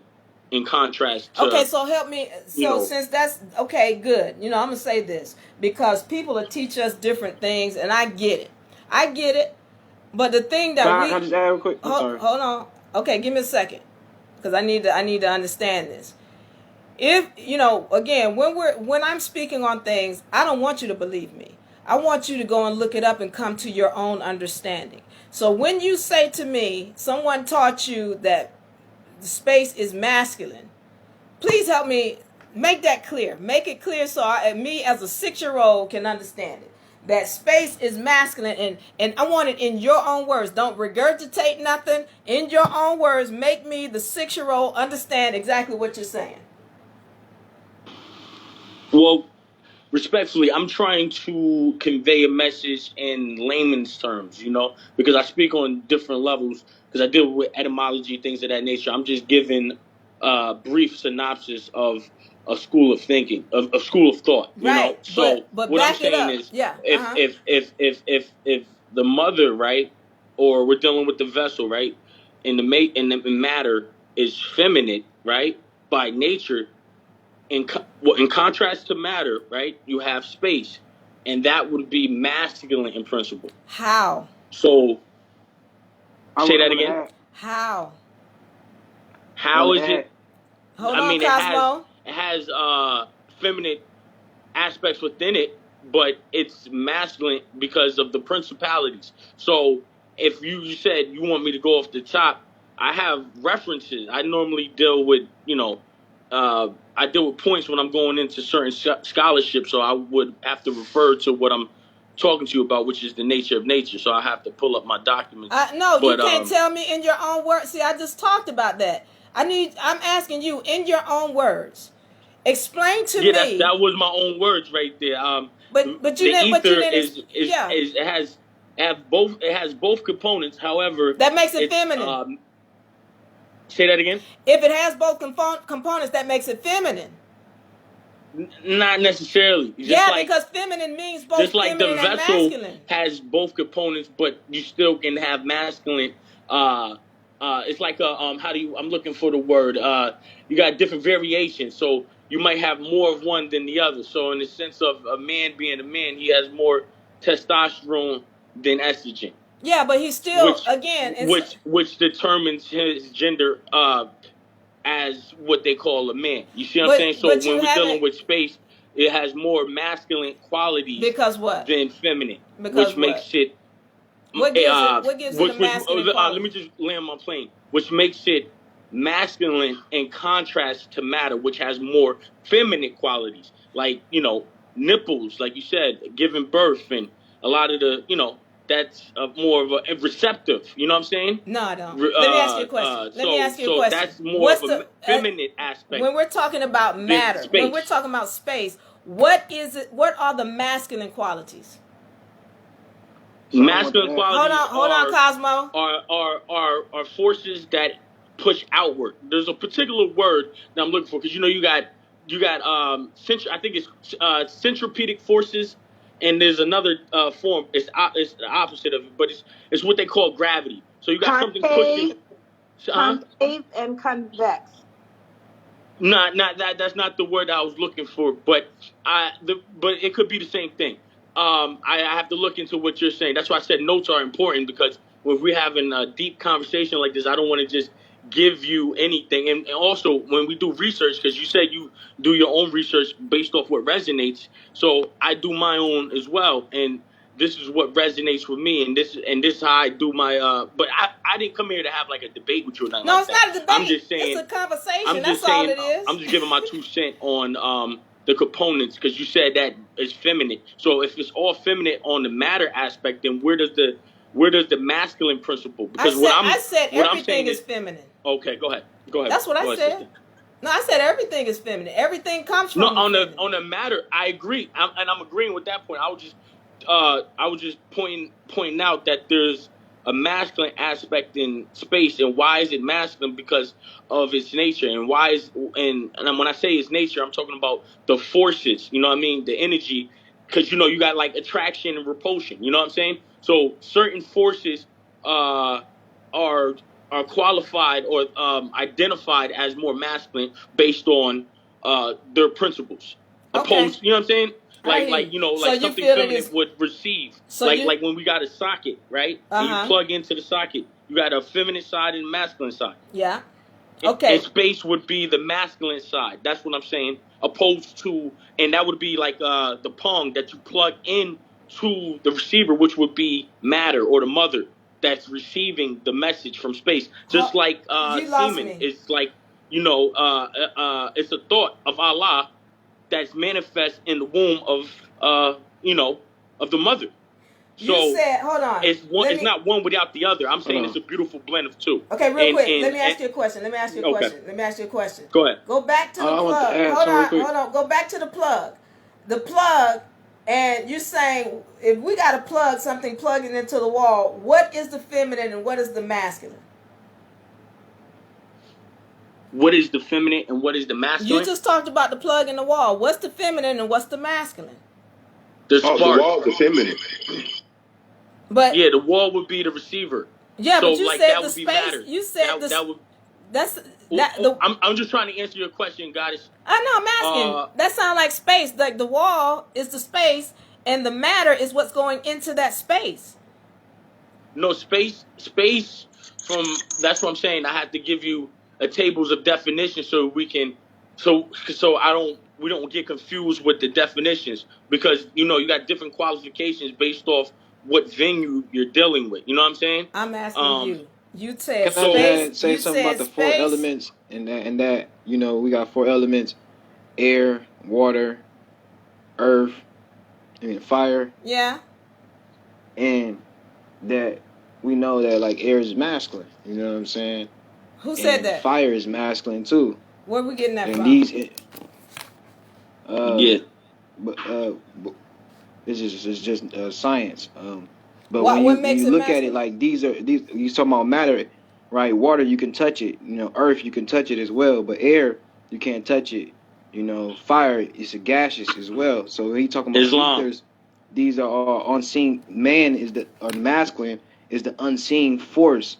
That is not seen. So So that's what I was wondering. okay, good, thank you. So you're saying fire and air, which are untouchable gases, they are masculine, and water and earth, which are tangible, are feminine.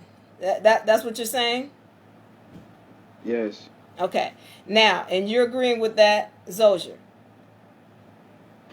Yeah, for the most part, absolutely. Okay, so now let me ask you this, because I need to get back to this wall socket thing, because you says to me that air or space is the masculine and the feminine is the physical. And then I asked you with the socket in the wall, and you're saying, now Cosmo said that the wall would be the feminine and the plug is the masculine, but you just said the opposite. Dale said that. Oh, that was Dale. Okay, so but you just said the opposite. So I'm just trying to understand, if you're saying space is the masculine, then when I plug this thing into the wall, then the wall should be the masculine and the feminine should be the thing going into it, right? The matter. That's what you're saying to me. That's what I'm saying. No. Oh, okay. Well, No. what are you saying? I'm saying break it down, because when I apply this, if this is true law, when I apply it to anything, it should be true. If what you're saying is true law about this bit, that's why I say, if you just regurgitating what somebody said and you can't back it up with another example, a physical or whatever example, then you want to rethink it, is all I'm saying, because you just told me that space is the masculine and the feminine is the physical. When I'm looking at this wall socket, and when this wall socket got space in it, it's got two holes in it. Two spaces for things to go into, and I plug this plug in, but that plug is considered the masculine. This woman, she's got a hole in her vagina where something goes into it. And when I plug this penis into it, that's a masculine thing that's going into it. So help me understand how you tell me spaces as masculine, Because when everything I it's see real, that has space is feminine. like you said, talking like on, if I was talking to somebody that was underage, right? Or not underage, but talking to somebody that didn't, let's say not underage, but just somebody that's new in science. Okay. Okay. Well, if you look at it like this, right? Mm-hmm. I clearly I was trying to state that space has within space has what we call matter, and matter has opposites within itself. So when we're dealing with the masculine aspect, or what we call the man, when he and the woman interact, like she has the Stargate and the man has the phallus, right? But when they come together, the man is releasing his seed or thought of Allah, so that's being pushed out into the vessel or the woman, which receives it. Okay, so in the example that I was trying to give of the socket would be, pushing out, you know what I'm saying, and the receiver is obviously receiving the palm. You see it? So in the better example that I said initially, the man is giving out his seed and the woman is receiving it. So the principle behind it all is pretty much that the masculine force is pushing out, and the woman or the feminine aspect is the receiver. Okay, how I see the socket, when you saying the socket, brother, how I see it is, like I said, the unseen force inside the woman. First there's matter you touch, and then that you go deeper into matter. Even with cells, you see this oxygen is inside of every cell. You know what I'm saying? So when you look at the socket, and she says, "Oh, there's space inside that wall," and that's what I would say. Like there's masculine inside the feminine. You know what I'm saying? But I totally agree with you on that. Listen, again, going back to the principles, you mentioned the 7 Hermetic principles. I live by the universal laws, the law of duality. Everything has feminine and masculine. But one of the things about feminine is if there's feminine, there's always masculine. You don't have to even No, because if you got a feminine, she's always going to be able to bring forth the masculine. It doesn't even have to be mentioned, but yeah, it's clear. Anything that's feminine So would it absolutely be has a correct to masculine. say somebody is a female if you can if they have masculine in them, but it's just the unseen force because you can't see it? That doesn't mean it's not there. I'm sorry. Ask your question again. I'm not sure if I fully understood it. Ask it. So like when you say that's my sister or that's my sister, is it right to say that that's a female if again the masculine aspect is not seen? It's an unseen force.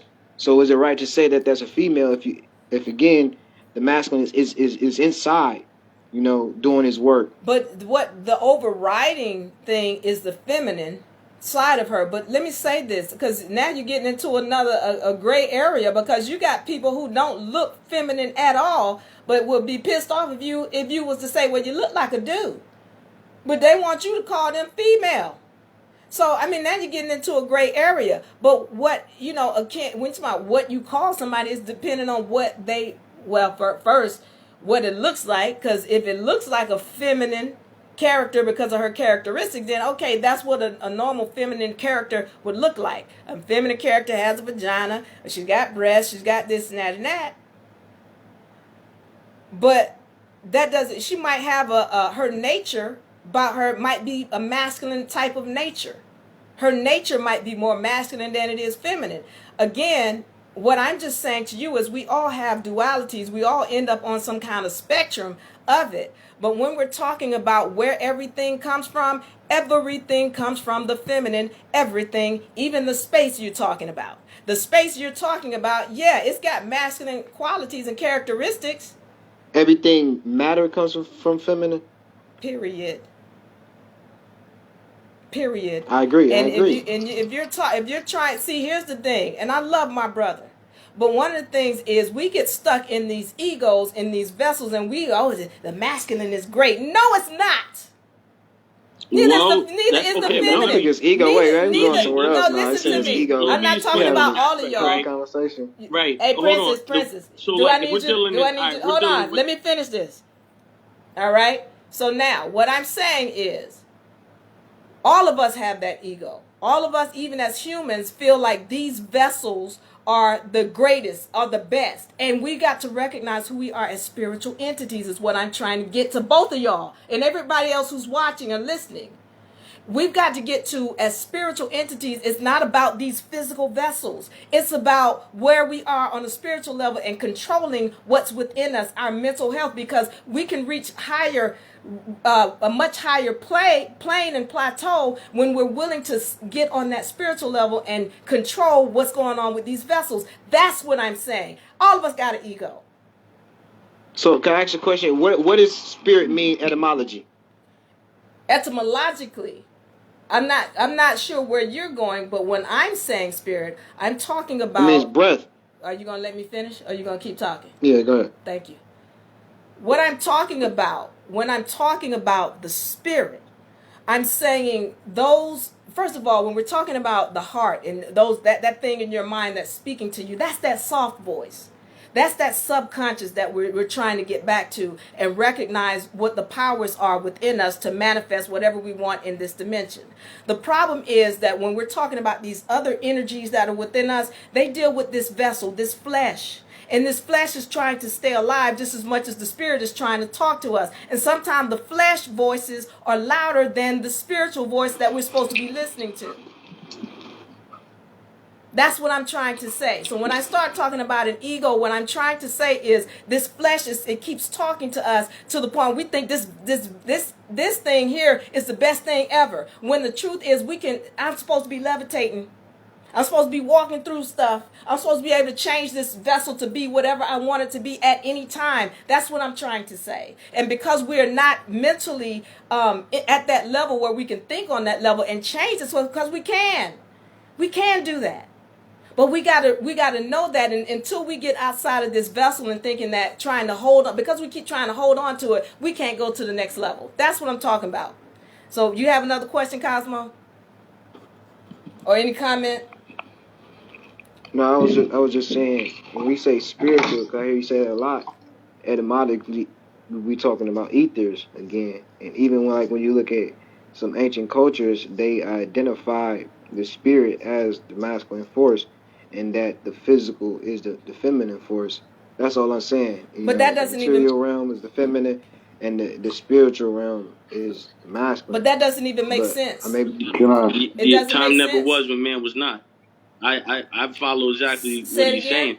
Well, what I'm saying is, okay. Time, did you just now, say a time that there never was a time where man was not? Did you just say that? Time never was when man was not. What does that mean? Because there was a time when man was not. It's an allegory. Okay, but there is a time when man was not.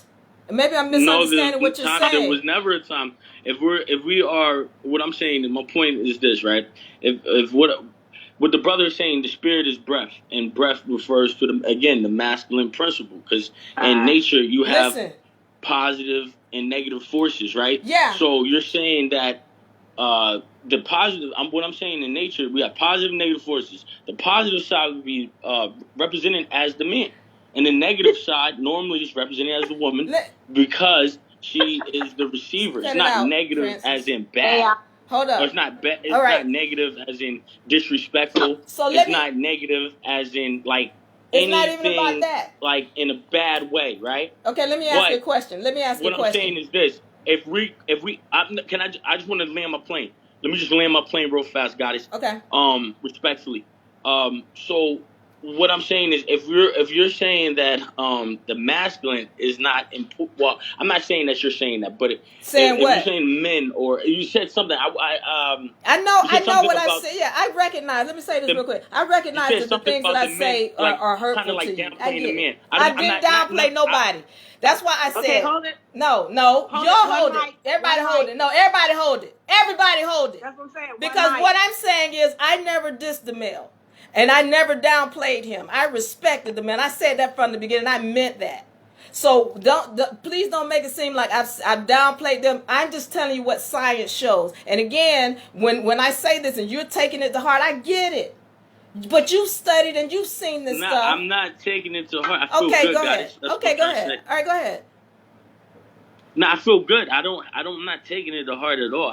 I get what you're saying. And I'm Hold not on, Cosmo. Let him finish. For the most part, what I'm saying is that, okay, when you have positive and negative forces, right, and they're represented, like, negative is the feminine aspect, the positive is the masculine aspect, then if you're saying that the positive or the man is not as important as the woman, I didn't say that. But I'm saying it goes hand in hand. No, it doesn't. One without the other. You have and that. What I'm saying is ultimately, like, if you got a car, I'm gonna give it to you on a tangible, on a physical level. I just want to bring it home. This is my point. If you got the positive and negative, if you're saying that the negative is only the females are most important, all right? Did I say that? From my understanding, or like have some type of superior claim, then try to go outside and get in your car and take off the positive side of the car. On your battery, take off the positive side and see where you go. You don't go nowhere. Good. You got to have both forces. Good. So now, with that being said, that's beautiful. Again, I just told you the woman is the masculine and the feminine. So, but let me go back to something, because she's got to have both. She has duality within her as well. She's got a masculine and a feminine. And let me rephrase this, because y'all brothers, I get it. I get this information is not nice, because if I had to hear it in your position, I wouldn't be happy to hear it either. But please don't make it seem like I've dissed the brother. I love y'all. I respect you, and I said that I honor you. So nobody's trying to say you're not important. You have a purpose. What I'm trying to say is, again, we've been told this masculine and feminine, but again, everything was originally one. So it's not no split, is what I told you. You are feminine. You were started out as a female, and your contract, part of your contract was taken away. And there's a spiritual reason why that happened. Whatever you think spiritual means, Cosmo, or not, there was a spiritual contract. So it's not a woman no more, so I'm hermaphrodite. What are you right? talking about? You said woman is masculine and feminine, but if it's masculine and feminine, it's no longer a woman, it's She's a a hermaphrodite, hermaphrodite that doesn't which know is how both. to use her vessel. Are you getting it? She's got her contract, but her part of her contract. See, going back on a scientific, a molecular level, part of the woman's contract. See, listen. There's an X and there's two X chromosomes starting off in all of these cells when the sperm hits it. There's two X chromosomes. There's no such thing as a Y sperm. If that was a Y sperm, then it would never be able to procreate with the X. It can't happen. That's science showing that. So all of these sperms are feminine. Now, when they come together, at some point, there's the mitochondria in there who recognizes there's a spiritual entity in here that has fought against her in another life. See, when I talk about spirits, I'm saying you gotta remember we ain't here for the first time. We are recurring in this whole reality or whatever we call it in different vessels. So when we come back into an egg or whatever, we're reincarnated. There's a spiritual contract, and the spirits are going to say, is this somebody who was fighting against the mother in another lifetime? That's what's going to, when y'all start talking about fallen angels and all that, was this somebody who fought against the mother in another lifetime? So if it is, this is when that contract, I talk about that contract, these chromosomes, X and X chromosomes, they are contracts. These are your inheritance right here. Y'all be talking about land and all that, inheritance of the land, your X and your X chromosomes. That's the inheritance right there. Well, when she recognizes the spirit in this vessel that's coming here, she gonna rip up a contract if it's somebody who's fought against the mother in another lifetime. So she rips it up, and this is why it becomes a Y chromosome. But when we're talking about the woman and her X chromosome, that other X, because she does not have knowledge of self, again, this is a spiritual entity coming in here, doesn't have knowledge of self, that X chromosome becomes dormant. She does not have access to her inheritance. And so when you start talking about this time going into the 5D and the fifth dimension, this is women, their chromosomes turning back on. They're regaining access because it was turned off. It is balled up in the corner of her cell. But she doesn't have access. And so real quick before you say that, thank you, I'm going to get you, Zosha. But what happens is as she gains access to this, she gets inheritance. What she starts to recognize, I taught how to move things with your mind, how to give birth on your own, how to levitate, all these powers, these what we call supernatural X-Men. Why is it called X-Men? X represents the feminine always, but X-Men, what is that about? Well, we talking about this other X. She's gaining knowledge of it. So she can have those serious supernatural powers that you're seeing as entertainment in these movies. That's her. That's why they call it X-Men. Zosha, what's your question? I just wanted to go back to something that was said earlier. I wanted to know where could I find, because I remember you were saying that throughout the process, and this is not your exact words, because I don't want to misquote you, but something to the extent where when a woman's pregnant, what determines if she's going to have a man or woman, right? And you was like, based off these particular conditions, she'll have a man. And, so on, and then I didn't hear what you said about the ask if she had, I just want you to go back to that. Can you explain what you meant by that? And can you also give out some type of source or anything so I can do further research after this conversation? Yes. Okay. So one of the things that we have been told and has been misrepresented, and I want to go on this because, and thank you for asking that question. We have been, when we're talking about the feminine and the masculine, everything that we get from science, most of it is coming from what a male says, what a male has told us. And so things have been misrepresented, like telling you that there's a Y sperm. Well, when we look further into it and we understand what's going on with the mitochondria and how these sperm come in and what happens and how the cells, and again, these vessels, even see, I do research in ancient scripture as well, and in understanding that these vessels are hybrid. Science shows you that. What does that mean? They're not supposed to procreate. They're not supposed to procreate. The whole technology of the sperm going into the egg, that's an alien technology. That's not normal to this planet. It's not. I know we've been told that. So we're getting on that and understanding how all the original beings of this planet procreated. All right. What we call is fission, either fission or mitosis. That is where there's one cell, and when it gets ready to divide, it doesn't need somebody to come fertilize it. No, it's gonna multiply over here. All right, I got one brain in the center. Well, we need to multiply it over here, multiply it over there, and then we need to pinch it off in the middle and then separate. Everybody got the same knowledge. Nobody needs to grow up. We don't need to teach them and train them. Everybody got the same knowledge. That is how every cell in your vessel multiplies. That's how the original beings on this planet, which is the mitochondria and all the other bacteria, that's how they multiply. They multiply the same way, fission or mitosis. And so in understanding that, okay, getting to understand the point about how we can recognize what's going on with respect to the male.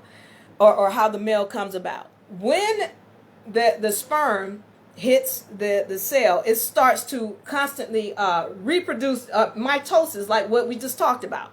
The cells are reproducing. After 4 weeks, see, this is why they tell you we won't know if it's a boy or girl until 2 or 3 months. Why is that? Because that cell that first hit that embryo was a female.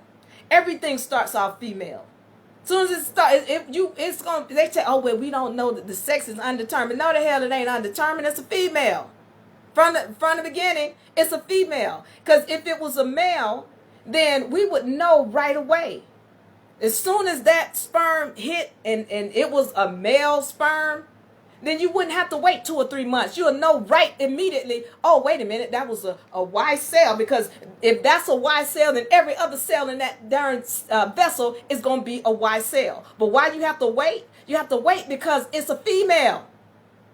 And then what happens is that there's a yolk sac that's formed.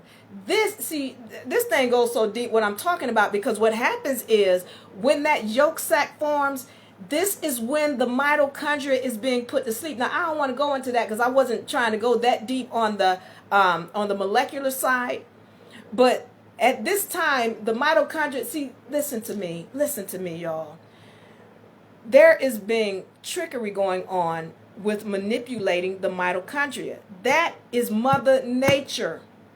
When we're talking about Mother Nature, that's the mitochondria. And she's going to determine who comes in. She will kill. Like, this is why certain women with old positive blood, if they have sex with certain men, their vessel is going to kill that entity, because it's not fully human.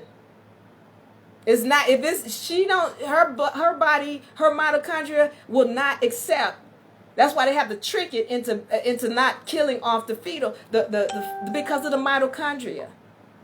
She is determined. That's Mother Nature. Mother Nature is saying this being ain't supposed to be here, and she will kill it off.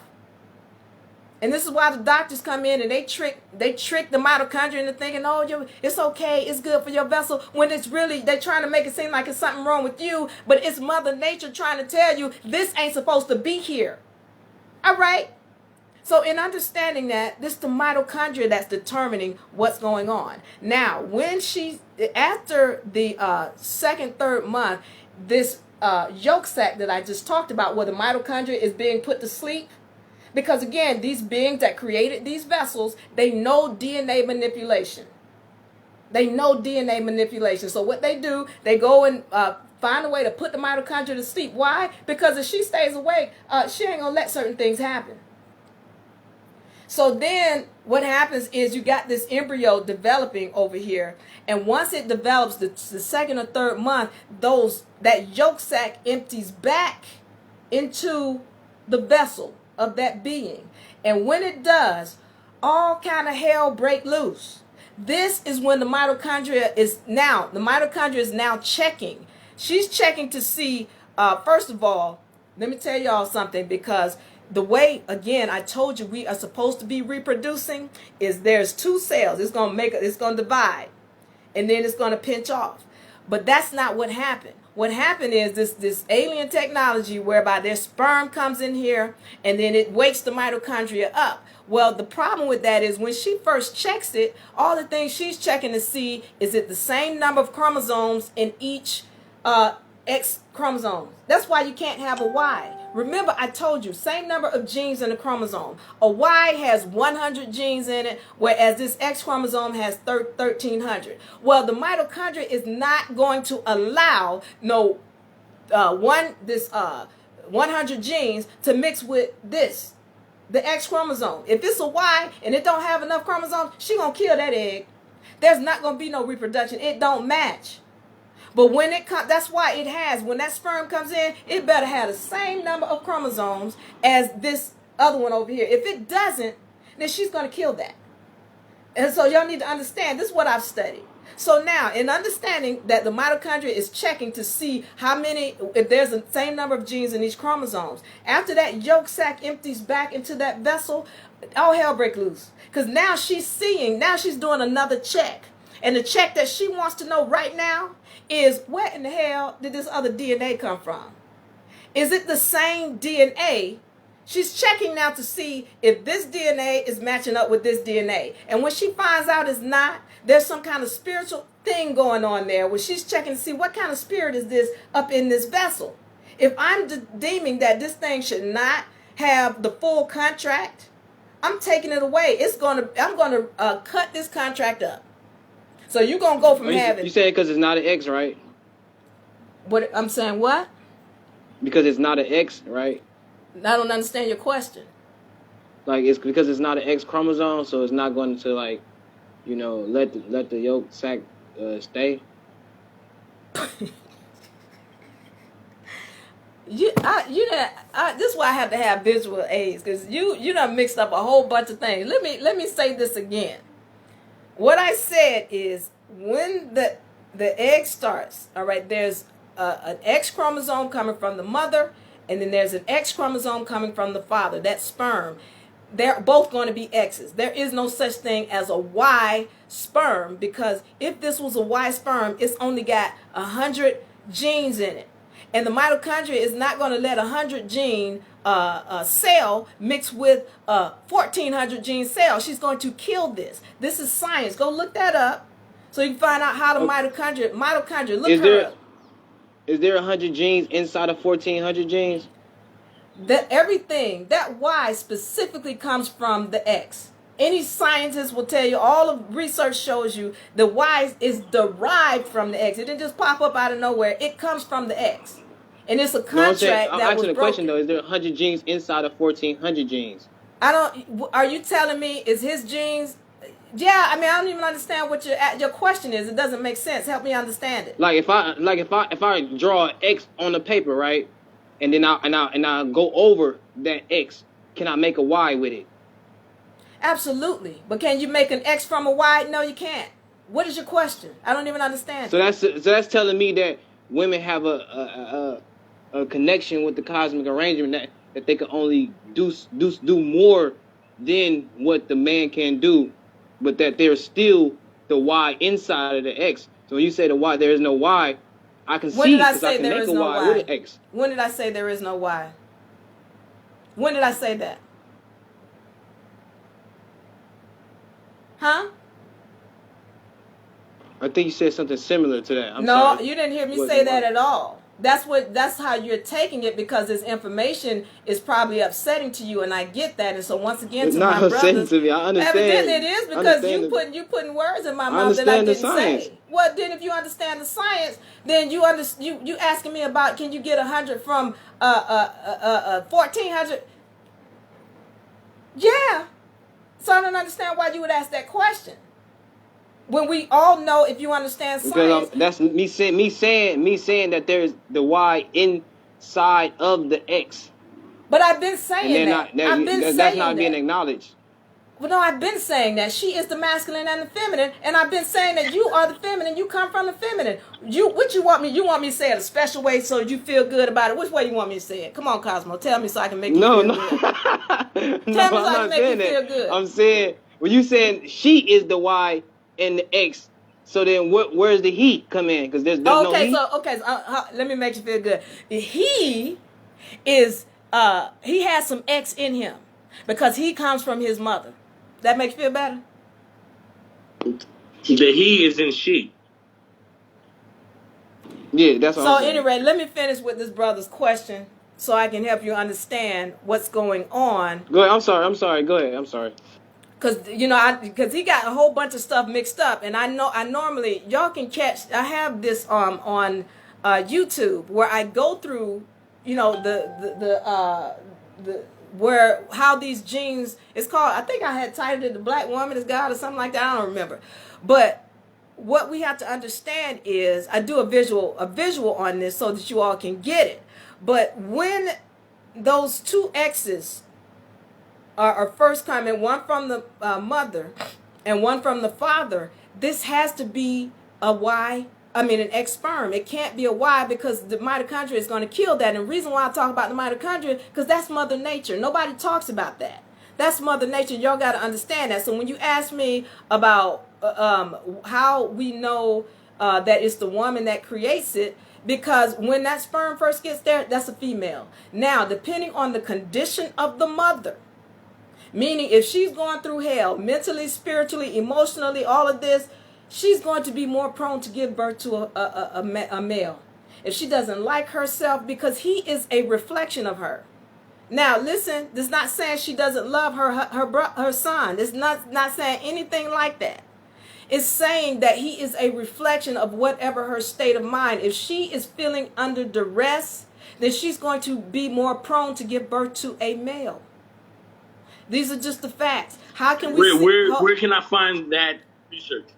So now, what I'm telling you to do is go look up the mitochondria. Now, let me help you look up some other things so that you can understand where this comes from. If anybody is familiar with growing marijuana, these are one of the original beings on the planet, your hermaphrodites, marijuana. And one of the things about marijuana is they can produce on their own.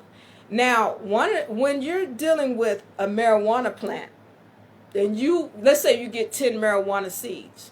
And see, I didn't know this until I started doing, and let's say this, I was not looking to see how the marijuana plant goes. I was just I was selling brownies. People kept asking me for weed. So I was like, well, let me see if I can grow some marijuana on my own because I'm not going to buy it from somebody. Well, kind of find out, this guy brings me these seeds and he was like, yeah, listen. All right. So here's 10 seeds. And when you plant these, 5 of them are likely to be male, 5 of them are likely to be female. And I was like, what? Wait, what? Wait, this is a plant. He was like, no, yeah, you get males and females, and you got to destroy the males, is what he said. I was like, what? Yeah, you got to kill the males, otherwise they're going to blow their stack all over everything and turn everything into a hermaphrodite and mess up the good THC or whatever that stuff is in marijuana. And I was like, whoa, okay. So then I started doing some research and understanding where the males come from. And when you look at the marijuana plant, this is very similar to society. You find a lot of similarities in society. So you've got this marijuana plant that when you plant it, depending on the soil, is going to determine how many males you get. The better the soil, the more females you're going to get from your planting. Whereas if your soil has issues in it, if your soil got bacteria, if it's got a whole bunch of rocks, it's too dirty, it's not watered, all of that is going to make you yield more male marijuana plants. And so now when I started researching this, then I did another type of research where I go and I'm checking families, I'm checking histories, I'm looking at war-torn countries. And what you're going to find when you go and do your research in war-torn countries is that the male percentage is higher. When we're talking about countries in Africa and all these other countries, males tend to be higher, and that is really, that's not a good thing. Even if it seems like, oh, it's just a little bit fraction of height, that is huge. So the male population in war-torn societies is higher than it is in the peaceful societies, where it's mostly women. or the women outnumber the males. So my research is not like you're going to go read a book. Well, you can go read a book. I don't know where it is because I just do research.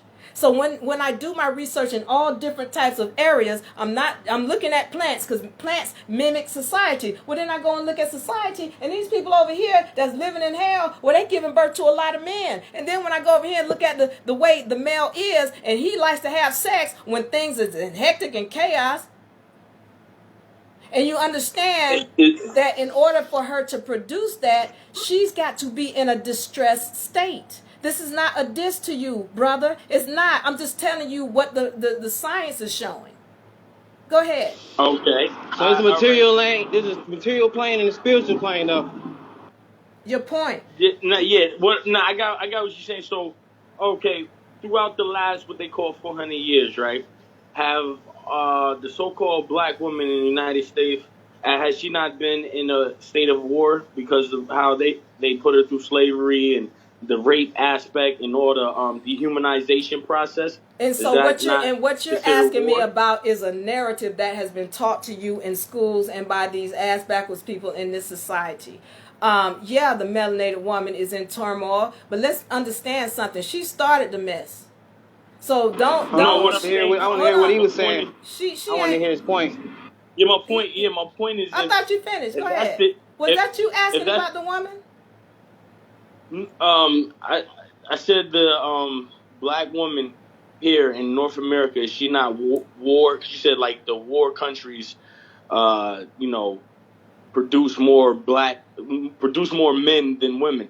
But Males. We know that the black woman has been under more attack than any other woman for the last 400 years, right? No. So why? No. So if that's the case, why are you using 400? Why is there more black women than black men? There's like 2 million more. Why are you using that term men. 400? You're using a narrative. Once again, I'm gonna say this to you people: don't regurgitate stuff, especially not when you're talking to me, because we're gonna go deep and we're that's gonna not regurgitating. Yes, though, it is. When you say where you get 400 years from, that's a regurgitation because that's all these so-called black years. It's the science. It's everything that we're saying where is you get 400 because years? none of these words of our own. Okay, so where did you get 400 like every years? word that we use today is an English-based word. Where did you get 400 years? It's all regurgitated. Where did you Nothing's get 400? new under the sun. So you're gonna answer the question. Where did you get 400 years from?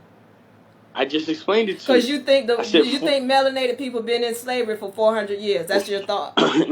Slavery is a condition of mind. Okay, most of our people are still in that mindset because it's a state of warfare within their own subconscious. Okay, so let me. So since you asked me, let me answer the question, because that's the question was, do I feel that the melanated woman, you said black, the melanated woman has been under turmoil for 400 years? First answer, no. Second, because it hasn't been 400 years, because melanated folks was still running the country up until the mid-1800s. See, we don't even know true history. I say it's a regurgitation because your quote-unquote black leaders are telling you we come from slavery. That's not where we come from, because what you might not know is that the original slaves in this country were Albions, not melanated women. Secondly, what you have to also understand... I know the etymology of slave, goddess. Okay, well then why are you talking about 400 years if you know it? So let me finish answering the question. So what I'm saying to you is, you're asking me about if melanated women and they outnumber the melanated male. Okay, yeah, but no, she is the one who started this mess. The melanated woman, just so you'll know, everything comes from her. So she is not a victim. There is no such thing as victims. And the thing is, because she wants to act like a victim and play the victim role, then she's going to keep getting what she's getting because she's not standing in her proper place. So no, she is still producing. She still is gaining, as we speak, her inheritance. She's gaining her inheritance. Her DNA is turning back on. But no, when you're talking about her being able to produce, she's still proud. She's still proud. Some of us feel under duress, but if you look at the numbers of the rise in the male, When there are times of turmoil, the woman is going to give more birth. And don't believe me, again, I'm not here to convince you. I'm just telling you what the stats say. I just told you where to go find it. I just gave you things to look up. You look up war-torn societies for yourself. Don't make me have to give you a book. I don't read books. What I do is do my research. Go do your research, and then come back and let's have a conversation about what the stats say. That's what I'm saying. Research is, this. Okay. Well, okay. You're saying that. Okay, when you're saying that the so-called black woman, you said melanated. I'm using black because black.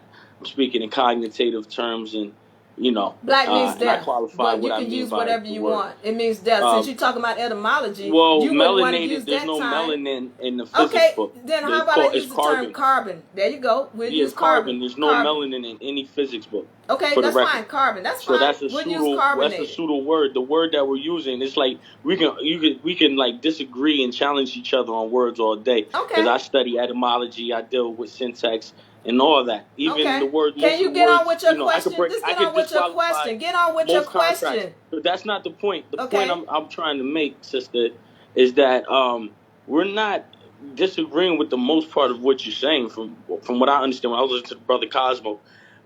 We're just showing you that there is a masculine component. You know what I'm saying? Who said? What point did I say there was no masculine component? Comes into existence. At what point did anybody in Facebook? Did y'all hear me say?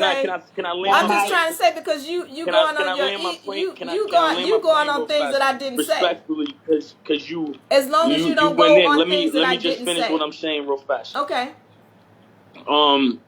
So. All right. You so get interrupted a lot, but we listen to y'all and we don't. Princess, like, if I need you to. Go ahead, Zosha. So look, you're saying that the stress is what causes masculine or male plants in marijuana when we deal with marijuana, right? And then you said war-torn societies. So what I'm trying to say, or what the facts is, or better yet, I won't even hit you with that yet. I'll just say it like this. What woman has been treated in a more disrespectful or been through more bullshit than, for lack of better words, than the so-called melanated woman in the last 400 years? Are you kidding? I mean, you can go over to places in India. You can go over places in Africa. You can go over to different places, and you can see that women, I mean, really, like the whole thing about when a woman gets raped and she now has to marry this man. The whole marriage, the whole marriage thing of arranged marriages. What I don't even understand. That's Moorish culture, though. Are you trying to make her a victim? That you ain't helping the case when you try to make the melanated woman or the carbonated woman a victim. You ain't helping nothing. What are you trying to do? I'm what is your not purpose? trying to make anybody. What is the purpose of the question? Claim. I didn't make that claim. Well, I'm just saying what it is. What is it? That she ain't. Black she women, so-called black women, or so-called melanated women. You know what I mean? However you choose to qualify, are the original women, right? Have been through trauma. There's no way. Yeah, she has, but she hasn't received the most. If you want me to bring up statistics, I could prove to you and I could show you the trauma, because 70% of our women, if we're going into our bureaus and our census, show that only 1 out of every 4 so-called black women even gets married. See what I'm saying? So. Family, the union, the structure has been severely impacted. Okay, so stop right there. Stop right there because you're going on the wrong thing. Princess, do that. That's what I'm trying to say. Do that. So you got to listen to what I'm saying. So I'm not saying she's a victim. Yeah, good, because I'm going to say something, because you just said family. Listen up. Because we're going to break this down. So I want y'all to understand something, because I haven't spoken on this about what family is, and we're going to go into etymology. You can interrupt Go ahead, Princess. Y'all girl, listen up to what I'm saying to you. Guys.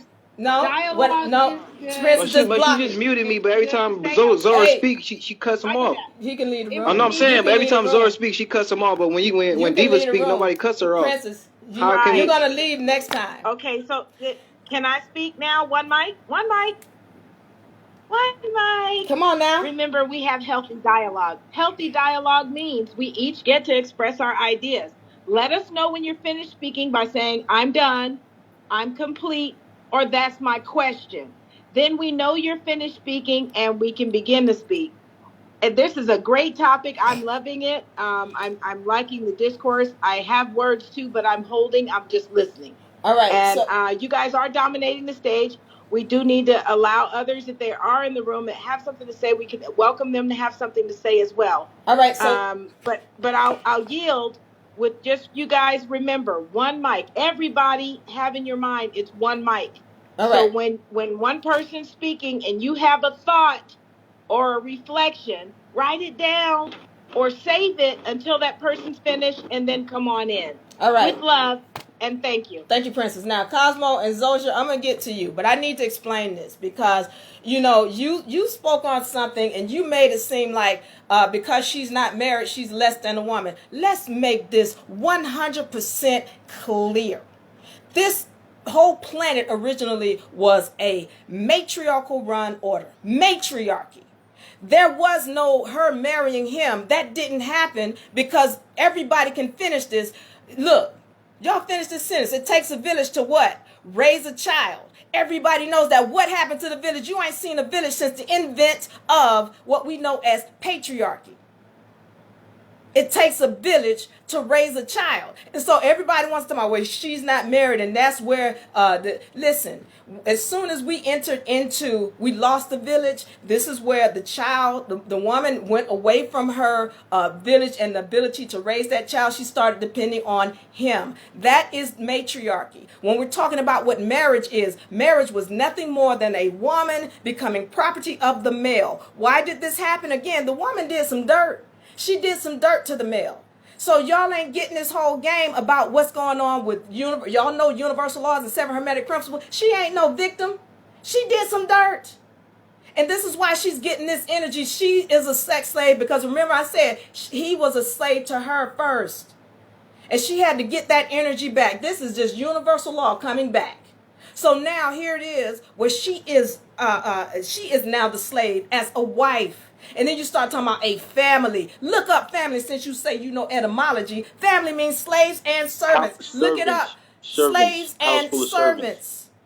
That's what a family is. Slaves and servants. So yes, I agree. So now you're telling me about, she ain't in a family now, so she is hurt. She ain't hurting because I'm going to go on statistics again. When we're looking at statistics, that woman who is not married is happier, financially more stable. She lives longer. She's in a better mental state. This is what statistics say for that woman who's by herself. But when we're talking about a male, when he's by himself, he's depressed. He's suicidal.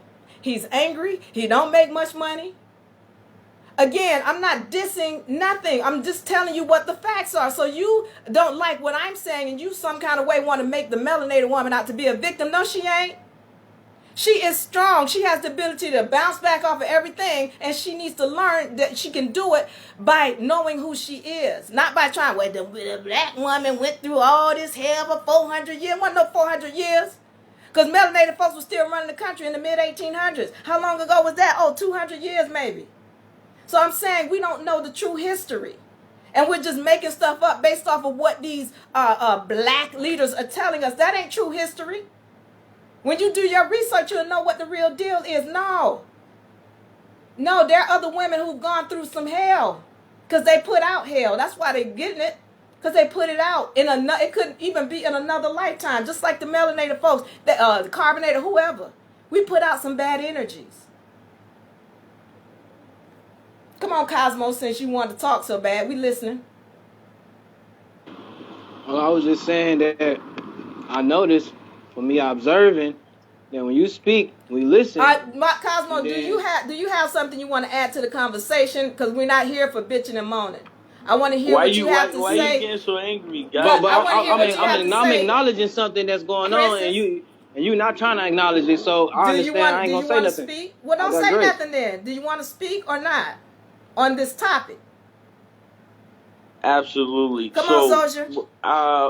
What we're saying is like when we sending out certain energy and it's not being reciprocated. You know what I'm saying? Do you And, have something you to know, it's add still- to the conversation it's that we're still talking all- about? it's Is still- the question. it's still- One more Mike. time, Princess, and you're gonna do what I need you to and do. you cut and Sister Princess So just got on I and said asked you, when Zosha, we're did finished, you have something you we want would to say add that we're to the finished. conversation? I never said I was finished with what Okay, I was well, saying. come on You're and speak interrupting then. me. Come on That's and not speak. ladylike or goddess-like. I didn't ask you to tell me what's ladylike or goddess like.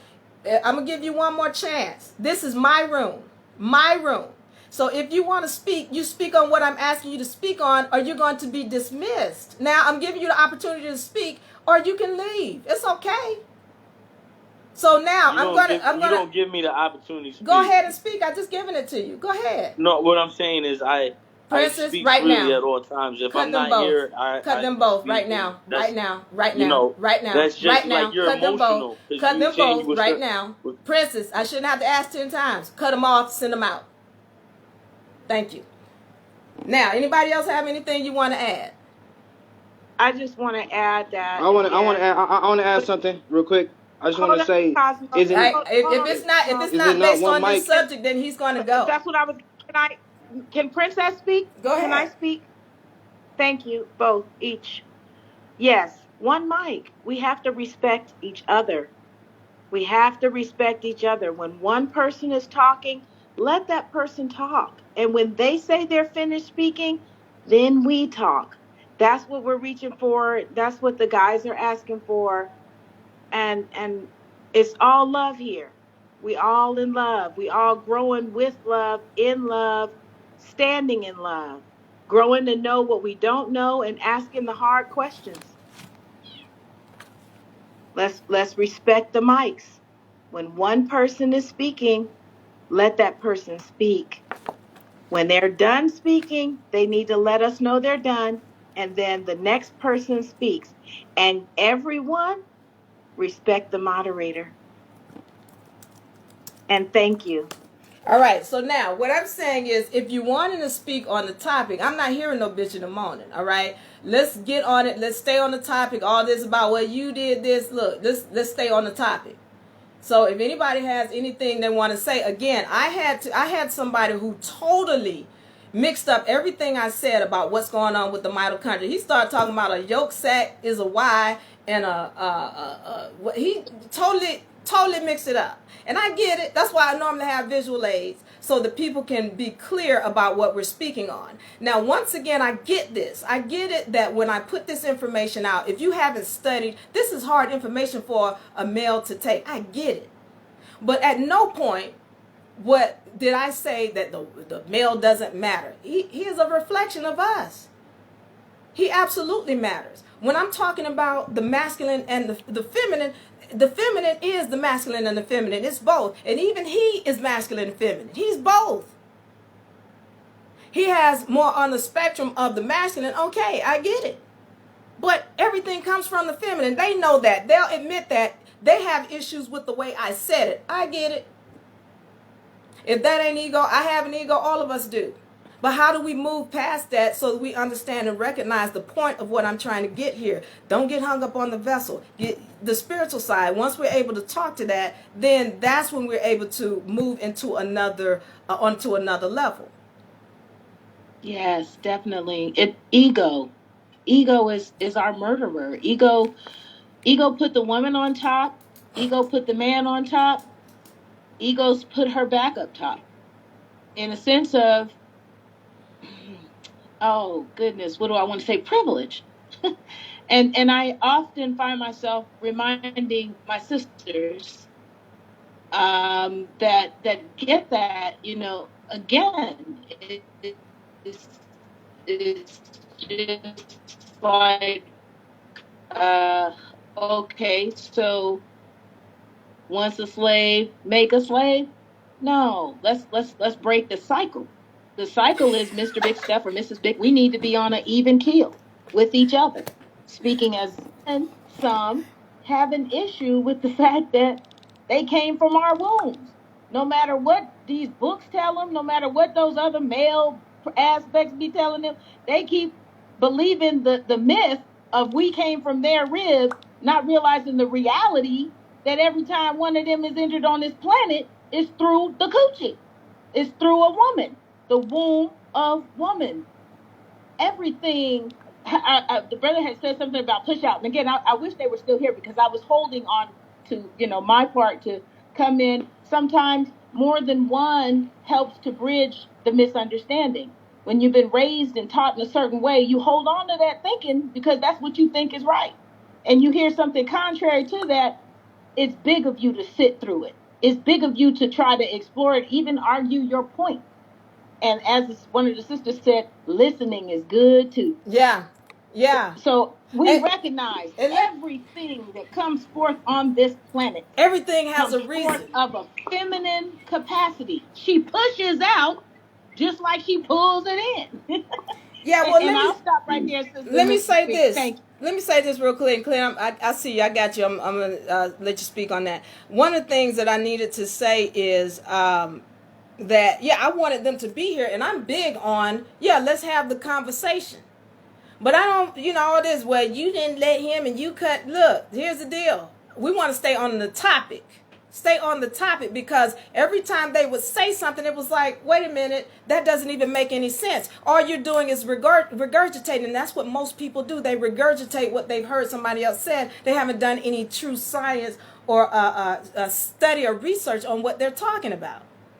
And so everything that I'm speaking on are things that they can go and look up for themselves. You can go and look it up for yourself. I'm not making this stuff up. And the other thing that they were trying to do is make it seem as though I was dissing the male. Not one time did I do that. Not once. I wasn't saying it pretty enough for them. That's what the issue was. Come on, Clint. Oh, well, I was just... Lord have mercy. I was sitting here thinking when we were talking about the universe and who's masculine and who's not and who's feminine and their role and all this. I was sitting here thinking, okay, if I'm a spiritual entity and I'm having thoughts, where do those thoughts go?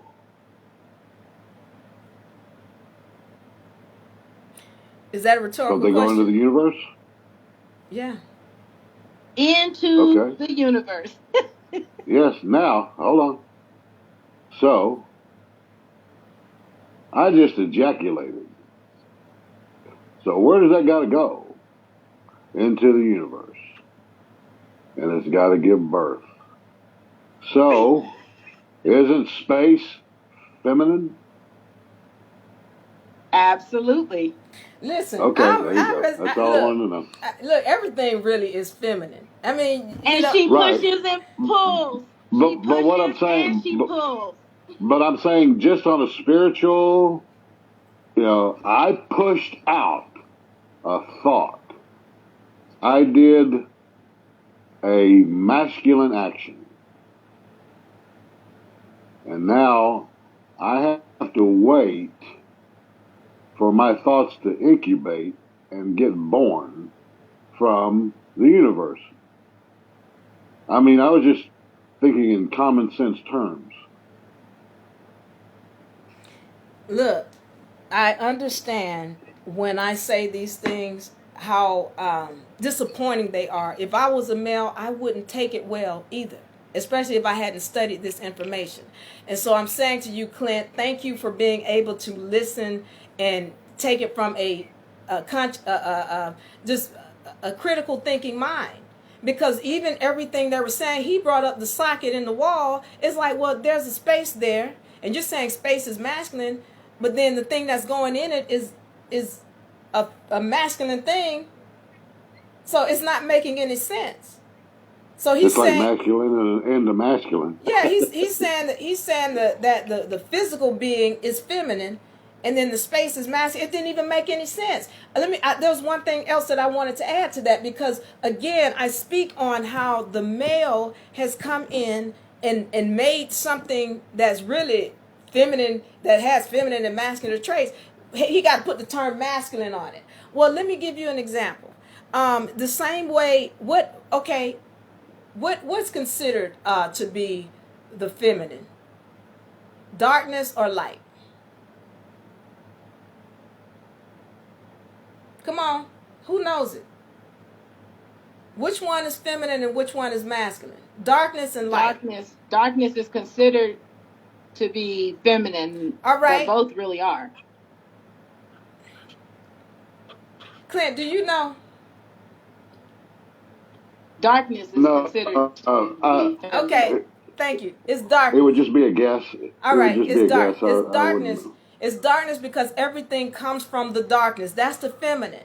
Everything comes from the darkness. But it's just like, they try to make it seem like it's negative, like the darkness is negative.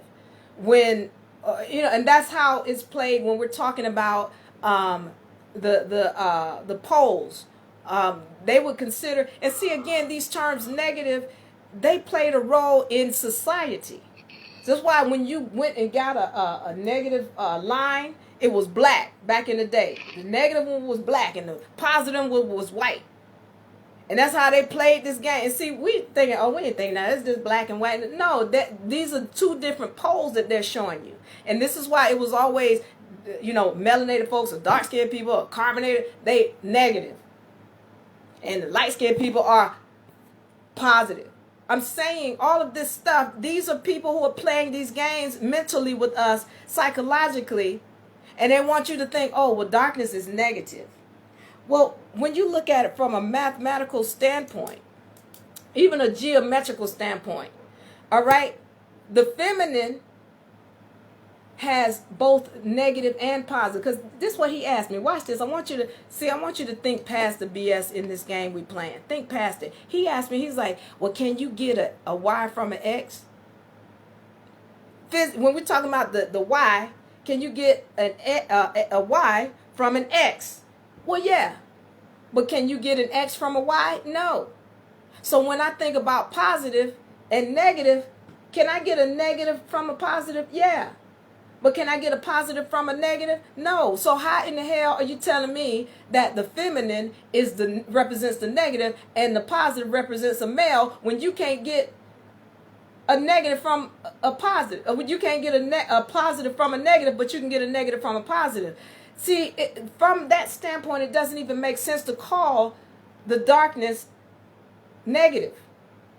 Again, all of this is mind play and mental play, because when they call the darkness, which is the feminine, negative, again, the same way they say, this darkness, looking at dark-skinned people is negative, and this light one, this is positive. It's a play. And I'm saying to you, at some point, just like Clint, when you using your critical thinking, this stuff is not going to add up. I went too far, didn't I? I went over the top. I'm sorry. I done lost everybody. I'm right here with you. Cosmo is in the house. I wonder if he was still listening. You got something you want to say on the topic, Cosmo? Because I really want to hear it on the topic. Nah, I'm just listening. I ain't got nothing to say, really. All right. I want your brothers to know, Cosmo and Zozier, I respect you. I really do. I have love for y'all. I know that this information is tough. It is not my desire to diss you, and I respect you as a being that's supposed to be here. The universe, just like we're going back to the universal laws, and I'm glad you're aware of them. Everything on this planet that is created is here for a purpose, and you supposed to be here. I respect that fully. So I don't want y'all to think that I'm dissing the male. I got love. I just wanted to zone in on that speaking and the one mic rule. And I think that you was like not acknowledging that and trying to like circumvent that. So that was my only issue. That's why I don't want to speak anymore, because I don't know if you're gonna respect what Princess is saying. This is my room. Let's make that clear. So I'm saying to you, cut him out. If it's not That's it. I did not say speak on the topic. Cut him out. Bye, Cosmo. You have a great day. Much love. Next time you come back, make sure you stay to the topic. Don't tell me how to run mine. No, I'm not trying to tell you how to run it. I'm just saying, is she only talking to us? Is she only talking to us, or is she talking to you too? Get rid of him now. Bye. Zozier, if you got something you want to add on the topic, I want to hear that. Cut him out, Princess, please. Don't come here acting like no. Because I already told him that to speak on the topic. I'm sorry. I'm sorry. I'm sorry. No, you stuck on some kind of craziness. I told you if you want to speak on the topic, we listening.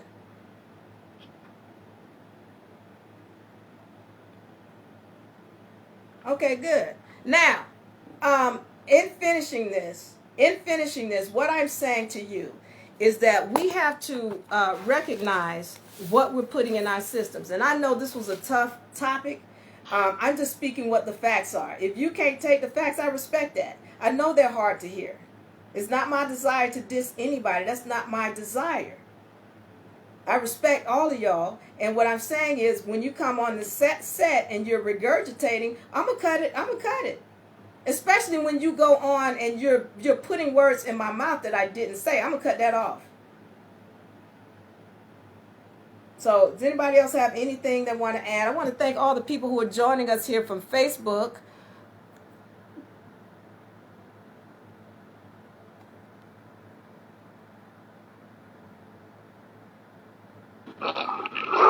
I'm glad I'm a god and I don't have to worry about this vessel. Thank you.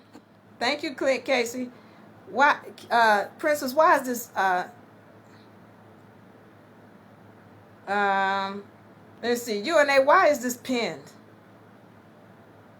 I wanted to ask KL. She says that she manifested a man on her own. So I wanted us to hear more about it.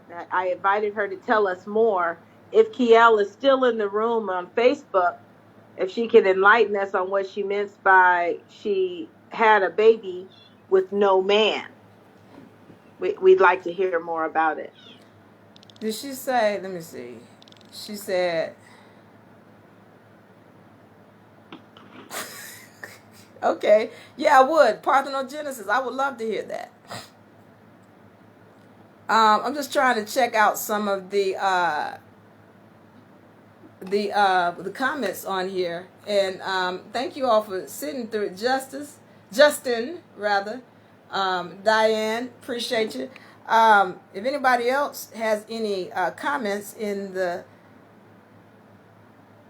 they are taught and repeat instead of representing or researching what they're taught. Yeah, listen, I had somebody else to tell me about how they were, following under somebody and they weren't really understanding what they were speaking on. Just like this brother's talking about the air is a negative energy, or excuse me, a masculine energy, or the space is masculine. He couldn't expound on it because he just was regurgitating what he heard somebody else say. This is what I'm saying to you. Before you regurgitate what somebody is speaking, make sure you know what you're talking about. Make sure you can explain it, because if you can't explain it, then you truly don't know what you're speaking on, and you might want to hold it in. I'm just saying, or at least have a conversation with somebody. Don't speak it like you know it, because he didn't know what he was talking about. He couldn't expound. And if you're saying that you know, you don't have to go and get no notes. It should be a part of you if you're speaking it. That's my thought on that. Did you have anything else? What time is it? Yeah, it's time for us to get out of here. We stayed way over. Yeah. Did you have anything you want to add? I tried to hint at it too. Like, oh yeah, we're gonna have to have a part 2 of this one. This is a great discussion. No, that was like crack cocaine right there. That was oh wow. No, I wasn't gonna let that go. It's like, oh wait, this is a good one. Wait.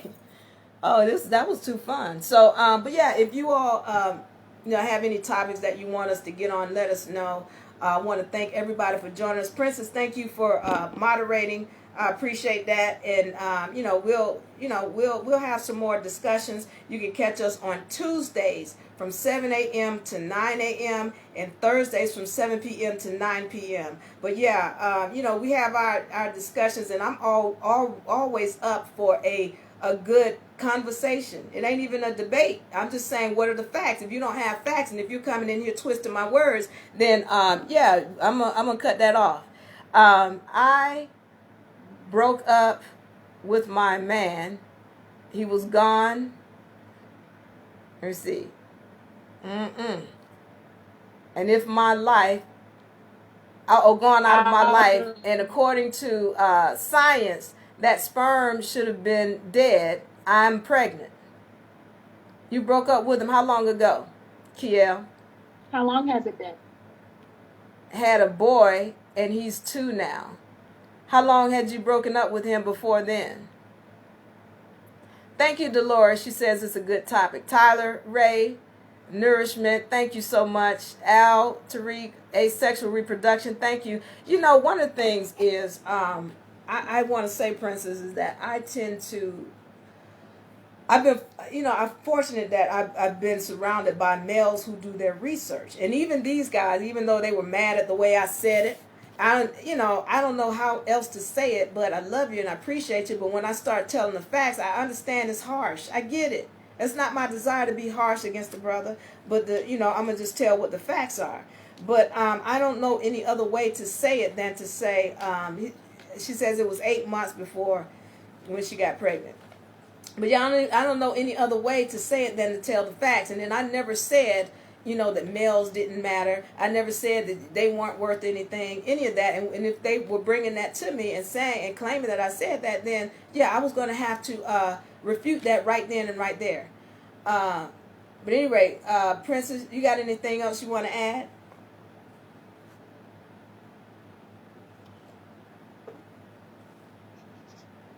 No, not really.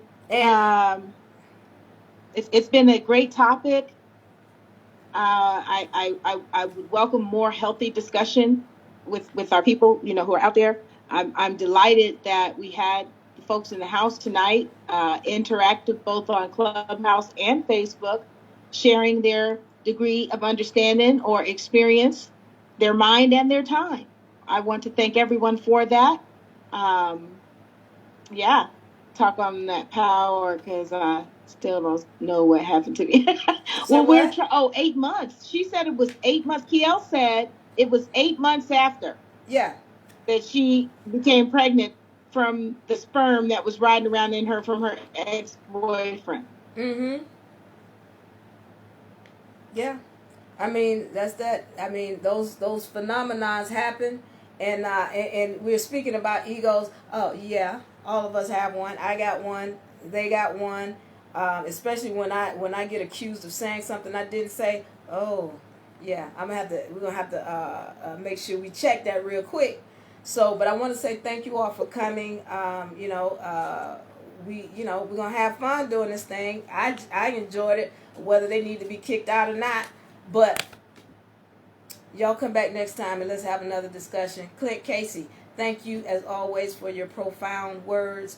Justin, appreciate you for joining us. Jason, thank you for joining us. I hope y'all know, it's all love. It's all love. So I don't want anybody to think that, I'm out to get rid of the male or anything like that. We are all of the original, feminine and masculine, both. And when we get back to the spiritual side, we'll be able to do a whole lot more when we stop thinking that these vessels are the end all be all. When the woman stop thinking, that just because she's feminine, or she's feminine, that she's so much over the male. And him thinking that, oh, I'm physically stronger. Come on out of that, because we got better vessels to create. That's all I'm saying. Teamwork makes the dream work. Let's get it.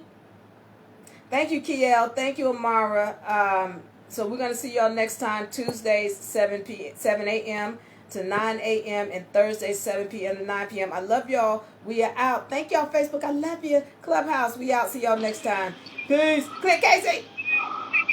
Diane, thank you for joining us. We love you too. Bye-bye. Love y'all.